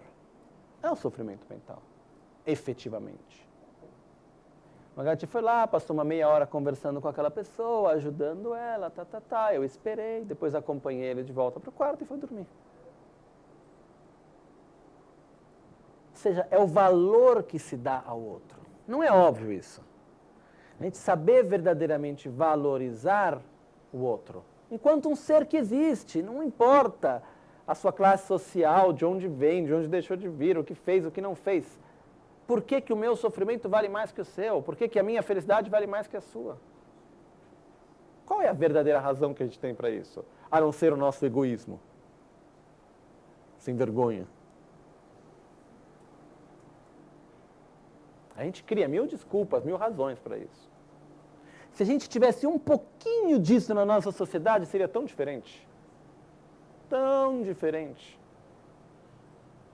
Os conflitos que a gente existe, os problemas que existem hoje, sociais, ambientais, econômicos, nascem do quê? Do egoísmo do ser humano. Esse planeta, ele teria base para ser uma terra pura, para ser um paraíso da natureza? A natureza deixa de dar algo para a gente ou não? Por que se a gente faz desse planeta um inferno? Causa do egoísmo. Então, se discute 1000 coisas, como resolver a violência, como resolver os problemas da sociedade, a paz, não sei o quê, etc, etc. Se a gente focasse sobre um ponto, eliminar o egoísmo, desenvolver o amor, seria o bastante. Porém, não é tão óbvio assim. Mas começando de nós mesmos, a raiz dos sofrimentos, dos conflitos, é essa obsessão pela nossa autogratificação.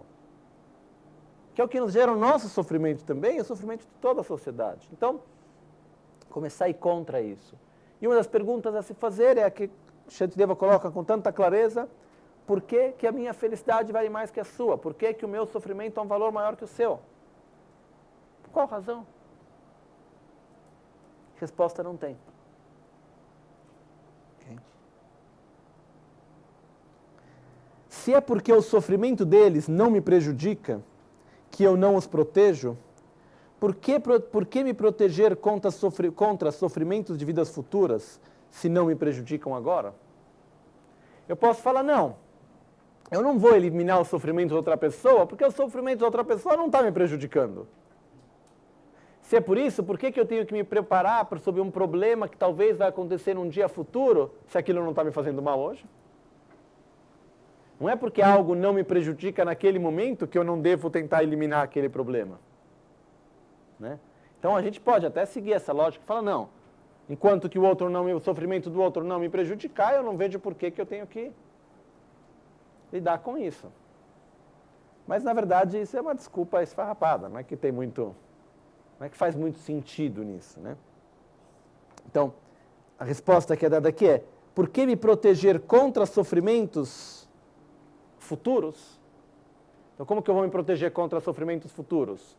Cuidando da minha saúde, me preparando economicamente, etc, etc. Por que me proteger contra sofrimentos futuros se não me prejudicam agora? Se a razão é eu não vou evitar algo porque aquilo não me prejudica, não está me prejudicando, não tem por que evitá-lo. Então, isso não é uma verdadeira desculpa. Essa noção é distorcida que pensa, mas sou eu quem vai experimentar isso, pois da mesma forma é uma outra pessoa que morreu e uma outra pessoa que nasce. Se qualquer sofrimento que alguém tem deve ser cuidado por ele mesmo, então, uma vez que o sofrimento do pé não é o sofrimento da mão, por que esse deve ser cuidado por ela? Né? Eu acho muito legal, a Shantideva traz umas lógicas tão simples, né? Você fala, não, mas o seu sofrimento é o seu, o meu sofrimento é o meu, por que eu tenho que ajudar você no seu sofrimento? Se é assim, por que a mão tem que ajudar o sofrimento do pé? Pé é pé, mão é mão. Mas o que o pé está com problema, a mão vai ajudar? Vai. Eu e você, a gente faz parte de um mesmo corpo enquanto seres humanos da mesma sociedade? Fazemos. Então, não existe essa desculpa, não, eu não vou te ajudar porque eu sou uma coisa, você é outra, cada um cuida de si mesmo. Porque somos interdependentes. É o meu dever ajudar o outro também nesse sentido. Então, essa noção é distorcida que pensa, mas sou eu quem vai experimentar isso. Da mesma forma, é uma outra pessoa que morreu e uma outra que nasce. Na verdade, quando a gente fala, não, eu me preparo contra um sofrimento do futuro porque sou eu que vou experimentar. Mas aquele que vai experimentar aquele resultado no futuro não é você mesmo igual como está vivendo hoje aqui. Vai ser um eu diferente que vai estar experimentando aquilo também. Então é inútil ficar falando, não, mas sou eu da mesma maneira. E Outra resposta que a gente pode dar é, se qualquer sofrimento que alguém tem deve ser cuidado por ele mesmo, cada um cuida por si. É o seu sofrimento, problema seu. É o meu sofrimento, problema meu. Então, uma vez que o sofrimento do pé não é o sofrimento da mão, por que é que esse deve ser cuidado por ela? Por que é que o sofrimento do pé deve ser cuidado pela mão, já que são duas coisas diferentes, cada um cuida por si? Deixa o pé cuidando dele mesmo. O que vai acontecer? O pé vai começar a inflamar, a inflamação vai começar a passar pelo corpo inteiro, tem uma hora que vai pegar, aí a mão vai ficar doente também. Na nossa sociedade, se a gente não cuida do outro, isso acaba voltando a nós mesmos ou não? O fato da gente viver de uma forma absurdamente indiferente com o outro e numa obsessão de autogratificação, um egoísmo muito forte, acaba criando divisões na nossa sociedade. E como resultado disso, a gente tem uma violência enorme acontecendo. Se a gente pegasse, isso, um parênteses rápido, metade do investimento que é colocado para a segurança particular e investisse isso para fazer o bem para aqueles de onde vem essa violência, diminuiria a violência? No estado de São Paulo, a segurança particular, em segurança particular, se gasta 10 vezes mais do que na segurança pública. Se fosse feito um investimento, ser humano muito dificilmente vai fazer mal a alguém que faz bem a ele.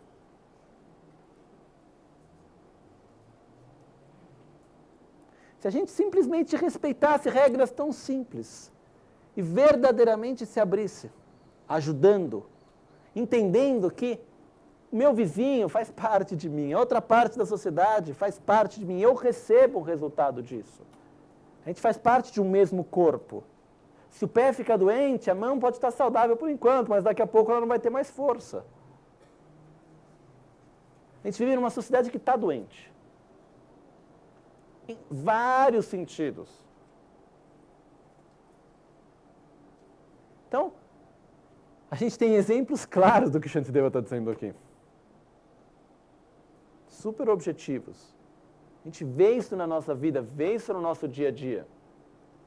Então, pelo menos é tentar mudar a nossa atitude diante disso. E dizer, muito bem, faz parte de um mesmo corpo, vamos cuidar. Cada um no que pode. O problema é que o corpo é tão grande que o que eu posso fazer é uma parte pequena, mas é uma parte. É inútil ficar lá falando, não, o que eu posso fazer não é nada, então não faço nada. É a minha parte. Então, é super profundo, na verdade, esse verso, que Shantideva explica de uma forma tão simples, né? Quando ele diz, se qualquer sofrimento que alguém tem deve ser cuidado por ele mesmo, então, uma vez que o sofrimento do pé não é o sofrimento da mão, por que é que esse deve ser cuidado por ela?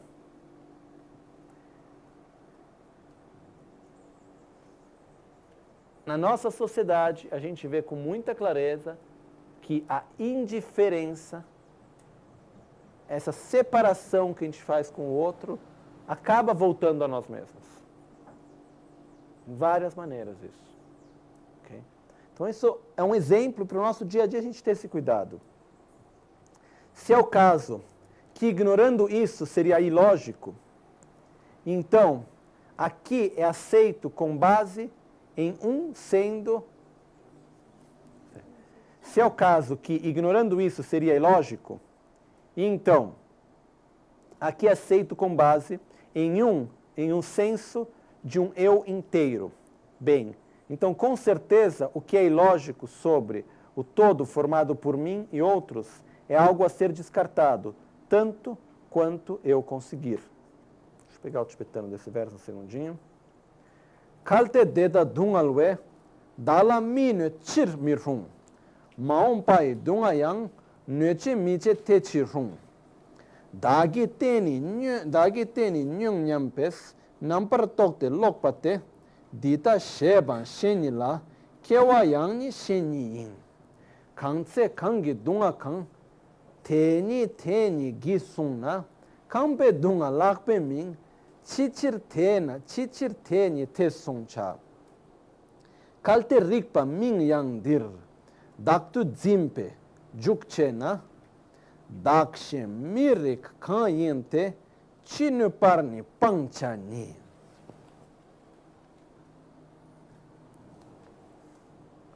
Se é o caso que ignorando isso seria ilógico, e então aqui é aceito com base em um senso de um eu inteiro, bem então, com certeza o que é ilógico sobre o todo formado por mim e os outros é algo a ser descartado, tanto quanto eu conseguir. Ou seja, no momento no qual a gente diz, não, você é você, eu sou eu, uma coisa não tem a ver com a outra, e a gente entende que isso é ilógico, porque no momento no qual o pé fica doente, a mão vai acabar ficando doente. E a gente entende que isso é ilógico porque o nosso eu está conectado com o todo, e o todo é formado por tantos indivíduos. Então, eu existo como parte do todo, e eu existo no todo, e por isso eu tenho um resultado disso também. No momento no qual eu vivo no todo, meu estado de saúde mental, físico, depende da saúde do todo, do ambiente, da sociedade do todo. Então, no momento que a gente entende que é ilógico se ver como algo separado completamente do todo, vamos, no máximo que for possível, descartar essa ideia que eu existo independentemente do todo. E que eu não tenho nada a ver com o resto. Eu tenho a ver com a minha família, com os meus amigos, com as pessoas que estão à minha volta, com a sociedade, com o planeta. A minha saúde mental e física depende da saúde do meio ambiente à minha volta. Uma coisa que Lama Gangchen nos diz há anos.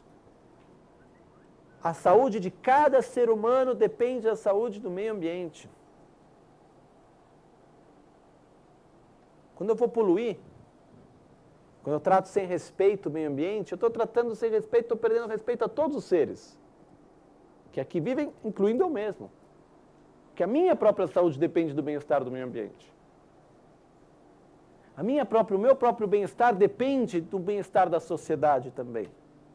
Alguém poderia me dizer, já que é assim, melhor nem fazer nada, porque tanto do jeito que está. Mas a realidade é que é nas pequenas ações que gradualmente o todo se cria. Então, dessa forma, no momento no qual a gente entende que é totalmente ilógico pensar que cada um é cada um por si, que nós somos conectados, quando a gente compreende isso, a gente tem que verdadeiramente abandonar quanto mais essa visão individualista. Ok? São conceitos tão simples, mas ao mesmo tempo tão poderosos. Né? Se a gente pegar dois conceitos que a gente acabou de nos trazer. A minha felicidade vale tanto quanto a sua e vice-versa. O meu sofrimento vale tanto quanto o seu e vice-versa. Eu não existo independentemente do todo. O que acontece em cada indivíduo que faz parte do todo tem uma relação comigo também. Só isso. Aplicar isso na sociedade. Faria uma diferença? Total. Enorme. Se a gente aplica isso, não faz mais diferença se é democracia, se é comunismo, se é o que for, entendeu? A realidade é que, seja qual for o sistema de governo que a gente colocar, no momento no qual a gente viver a nossa sociedade e formos governados, porque é o reflexo de como o povo vive, de uma forma egoísta, individualista, o resultado vai ser o que a gente conhece. Tem um primeiro momento que parece que dá certo. Mas tem uma hora que a coisa vai se saturando. Tem uma hora que a infecção que está no pé começa a subir para a mão. Aí começa a dar tontura. Aí a febre vai aumentando. Tem um momento que a infecção chega no coração, caiu. Que nem em Borobudur tem um desenho e conta uma das vidas passadas de Buda e conta essa história desse pato de duas cabeças. Né?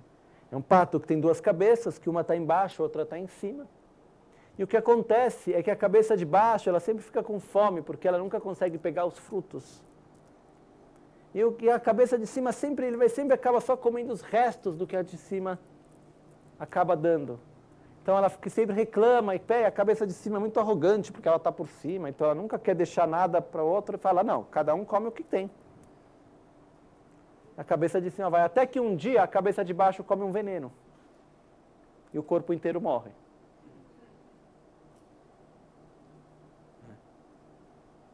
Então a gente precisa dar o respeito, lembrar que a gente faz parte de uma mesma realidade, e isso faz com que a gente possa estar bem. Eu não posso estar bem totalmente de uma forma independente de todo o resto. Isso não existe. Não é possível. Ok? Acho que é bem claro, não? E são conceitos tão simples, mas tão profundos ao mesmo tempo. Na verdade, isso me fez lembrar só. Uma vez eu comecei a ler um pouco, para falar a verdade, eu nem li muito, me li muito menos do que eu deveria ou gostaria. Existia um texto que eram as leis que tinham sido feitas por Ashoka na Índia. Ashoka foi um importante rei na Índia. E a forma como ele colocou as leis que ele fez na época, estamos falando de 300 anos depois de Buda, então mais ou menos 200 anos antes de Cristo. E ele falava sobre igualdade, respeito à minoria, democracia. É incrível, as leis de Ashoka são profundamente atuais. E muito legal, muito interessantes também. Então, a gente acha que nesse nosso mundo moderno é sei lá o que de tão especial. Né? Mas tem muita coisa que está aí há muito tempo. Mas o que eu acredito no final das contas, independentemente de qual for o sistema político que a gente encontrar, não vai dar certo enquanto a gente viver numa sociedade egoísta. Pode ter um momento que parece que dá certo, mas depois vai cair na mesma velha história. Então é importante a gente pelo menos começar por a gente mesmo, porque não tem muito por onde começar se não for por nós mesmos. Respeitar o sofrimento do outro, respeitar a alegria do outro. Ver o outro como parte de um corpo do qual nós também fazemos parte. Isso ocorre em vários níveis. Família, grupo sangha, grupo família espiritual, trabalho, sociedade como um todo. São os vários corpos do qual a gente faz parte. Saber cuidar do todo nesse sentido. Ok? O que são chamados de um contínuo e um grupo, tal como um rosário, um exército e assim por diante, não são verdadeiramente um todo encontrável. E assim, uma vez que um possuidor de sofrimento não existe, de quem é a responsabilidade como meu? Gyudan tsok she jawani, tenwa makla sok shin zun. Dunga chenkang te mepa teti sushik wangyur teti susi wanwargyur somba dakshe nyabar gomba mirunga nyampe gekselwas teni mitsunte kansa sosowa delme yinlas kansa chigi kangla sokpa chikchin genshönda tse ngachin gyuchigimbe chimala chigi dunga chigi sewar miriglas.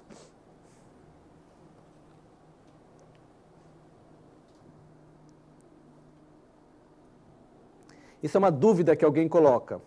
Os que são chamados de um contínuo ou um grupo, tal como pode ser o contínuo, que são várias partes que formam o rosário, ou que seja um grupo, que seja um exército, que seja uma associação, um grupo, e assim por diante, não são verdadeiramente uma entidade, são vários indivíduos.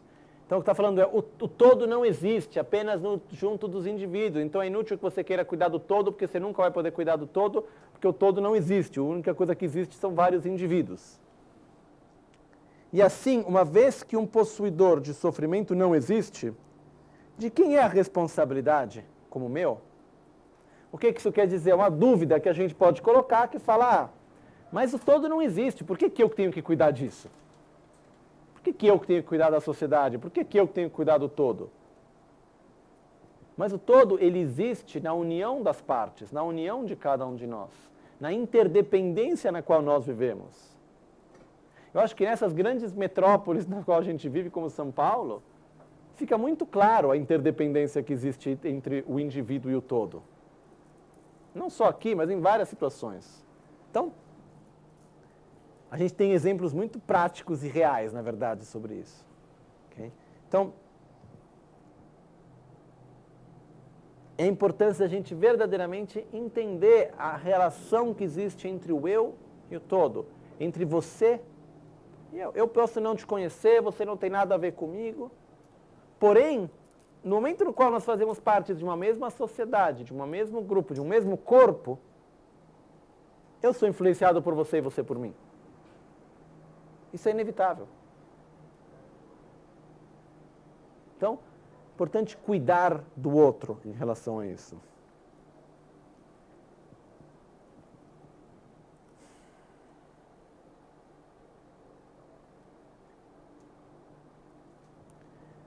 Último verso por hoje. Ao existirem sem um dono, todos os sofrimentos não têm distinção. Então, é simplesmente por serem sofrimentos que eles devem ser evitados. Por que existem limitações fixas feitas aqui? Por que eu devo eliminar o sofrimento de um sim, o do outro não? Criar limitações sobre qual sofrimento deve ser evitado e qual sofrimento não deve ser evitado? Sofrimento enquanto sofrimento deve ser evitado, deve ser eliminado, independentemente de quem for. E isso é algo que, na verdade, pode gerar em nós uma sensação de impotência. Quando a gente fala o sofrimento deve ser eliminado, deve ser evitado, mas como que eu faço? O que eu posso fazer por isso? E aqui entra um outro aspecto que é muito importante também, que é o fato que compaixão sem sabedoria gera sofrimento. Okay? Se eu começo a observar o sofrimento que está à minha volta, eu começo a observar, não preciso ir longe. Olha São Paulo. A violência que existe, o sofrimento que está por detrás da violência, a interdependência que existe nesse sofrimento em relação a todos os outros. Que nem uma vez, conversando com uma pessoa, estava falando sobre o uso de drogas. Eu falei, o problema, muitas vezes que seja, que eu acredito, de estar fumando, seja o que for, não é apenas pelo fato de qual é o efeito que essa substância vai fazer sobre você. É o fato que naquele, será que seja um baseado, o que está por detrás, a violência que está por detrás disso, a quantidade de sangue que escorreu para que antes que isso chegasse na sua mão, faz parte. Porque não é apenas o efeito da substância em si sobre mim, esse é um problema meu, eu quero me dar mal, problema meu. Não é o fato apenas da substância em si, o bem que isso faz a mim, o mal que isso faz a mim. É toda a cadeia de eventos, a interdependência que está por detrás disso tudo, na sociedade na qual a gente vive, do qual eu participo.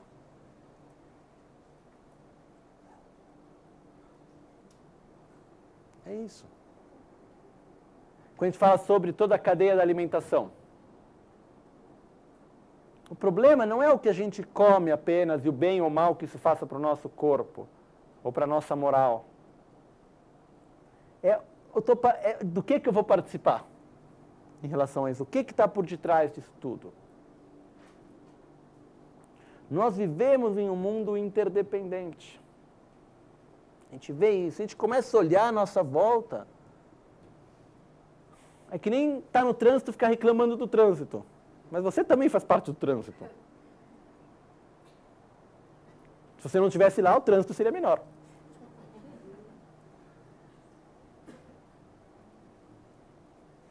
Então, a gente vive numa interdependência constante à nossa volta.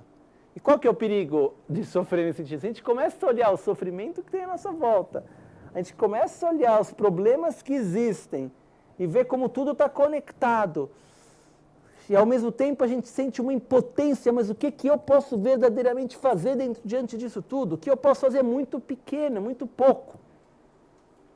É muito pouco, sim. Então, se a gente sentir do coração de verdade o bem do todo, é muito provável que numa primeira fase, se a gente não tiver um pouco de sabedoria, a gente vai sofrer muito. Sentimento de impotência. Tinha até um bodhisattva que era chamado Janjo Sempataktumu. Era o bodhisattva que chorava sempre. Ele estava sempre chorando pelo sofrimento dos outros.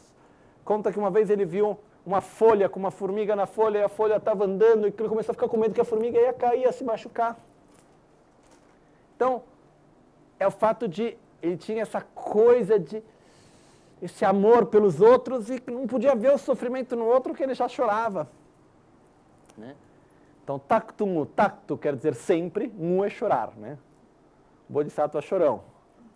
Mas o que aconteceu é que no começo do caminho do bodhisattva, isso pode acontecer, no qual se desenvolve uma grande compaixão e amor, mas ainda não tem a sabedoria. Qual é a sabedoria? A sabedoria é viver de forma coerente a realidade pelo que a realidade é respeitar a interdependência. Ver o sofrimento no outro e entender, não conceitualmente, mas profundamente, que aquela pessoa está sofrendo por causa das causas e condições que foram criadas, e o que eu posso fazer é unicamente interagir de uma forma positiva, para que possa trazer uma influência positiva para o outro. O sofrimento muitas vezes vem pela não aceitação da situação. No momento no qual eu compreendo que a situação é assim, porque as causas e condições se criaram, e o que eu posso fazer é interagir de uma forma positiva, isso não quer dizer que eu me torne insensível, mas ao mesmo tempo eu não entro num estado de sofrimento. Eu entro num estado de uma certa impotência no começo, porque eu falo, eu preciso desenvolver minhas qualidades, porque da forma como eu sou, a interação positiva que eu posso fazer é muito pouca.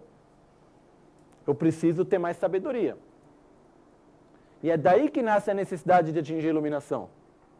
É daí que nasce a necessidade de realizar a correta visão da realidade. Se a gente for continuar seguindo o Bodhisattva Charyavatara, como vamos fazer, quando a gente chegar no final do 9º capítulo, que é que fala sobre a sabedoria, ele conclui dizendo, nos mostrando que a única verdadeira razão pela qual a gente deve desenvolver uma correta visão da realidade é para ajudar os outros seres.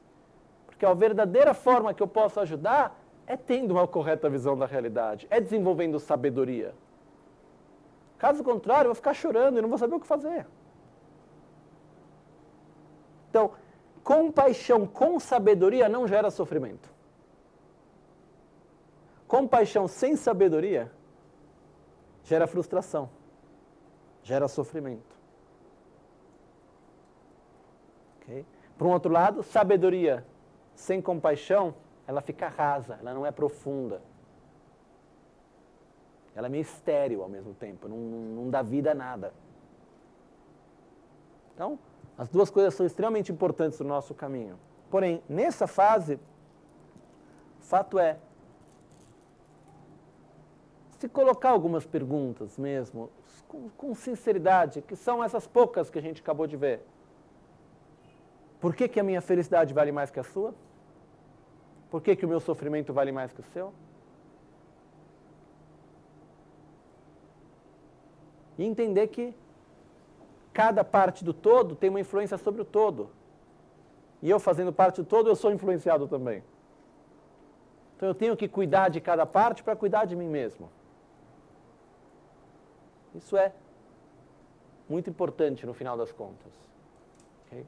Então, trazer isso para o nosso dia a dia, trazer isso para a nossa meditação, não é o fato de escutar isso uma vez e pensar uma vez, é tem que meditar, ou seja, se familiarizar, repetir muitas vezes, lembrar disso cada vez mais e devagarzinho aplicar isso no nosso dia a dia, aplicar isso no relacionamento com as pessoas a cada momento que a gente tem, né? As pessoas com quem a gente trabalha.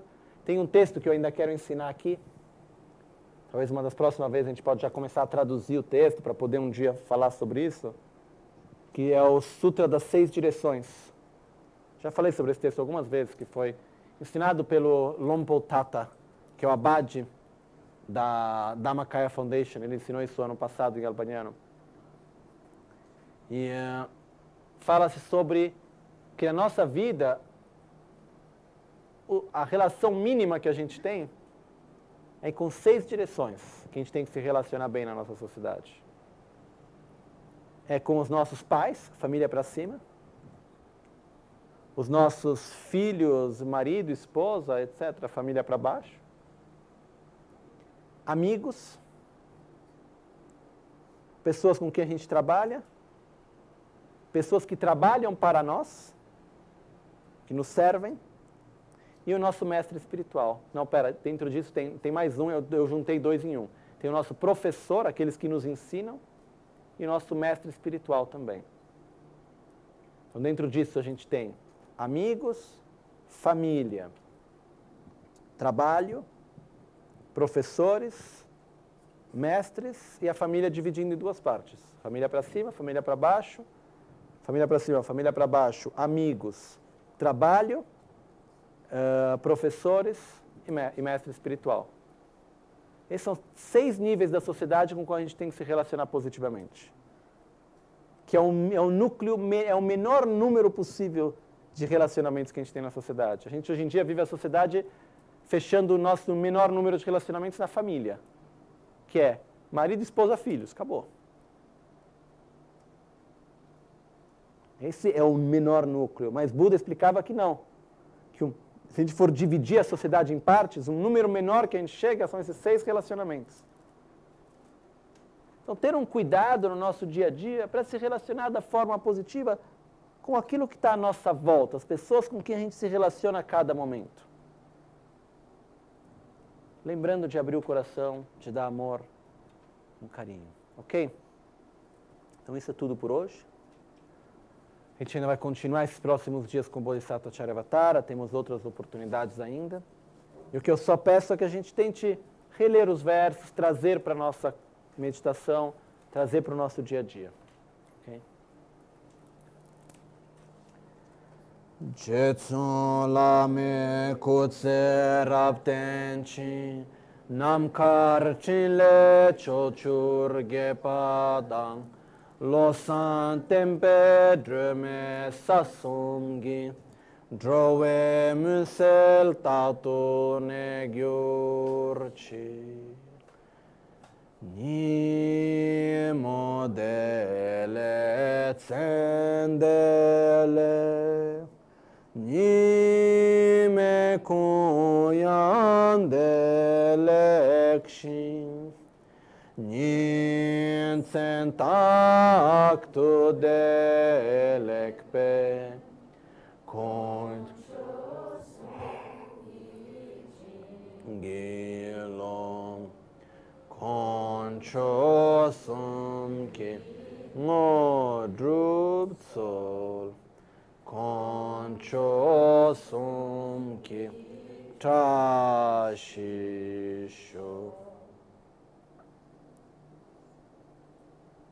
De sol a sol, à noite ou ao meio-dia, possam as 3 joias conceder-nos suas bênçãos. Possam as 3 joias ajudar-nos a alcançar todas as realizações. Possam as 3 joias espalhar muitos sinais auspiciosos no caminho de nossas vidas. Trashidele. Muito obrigado a todos.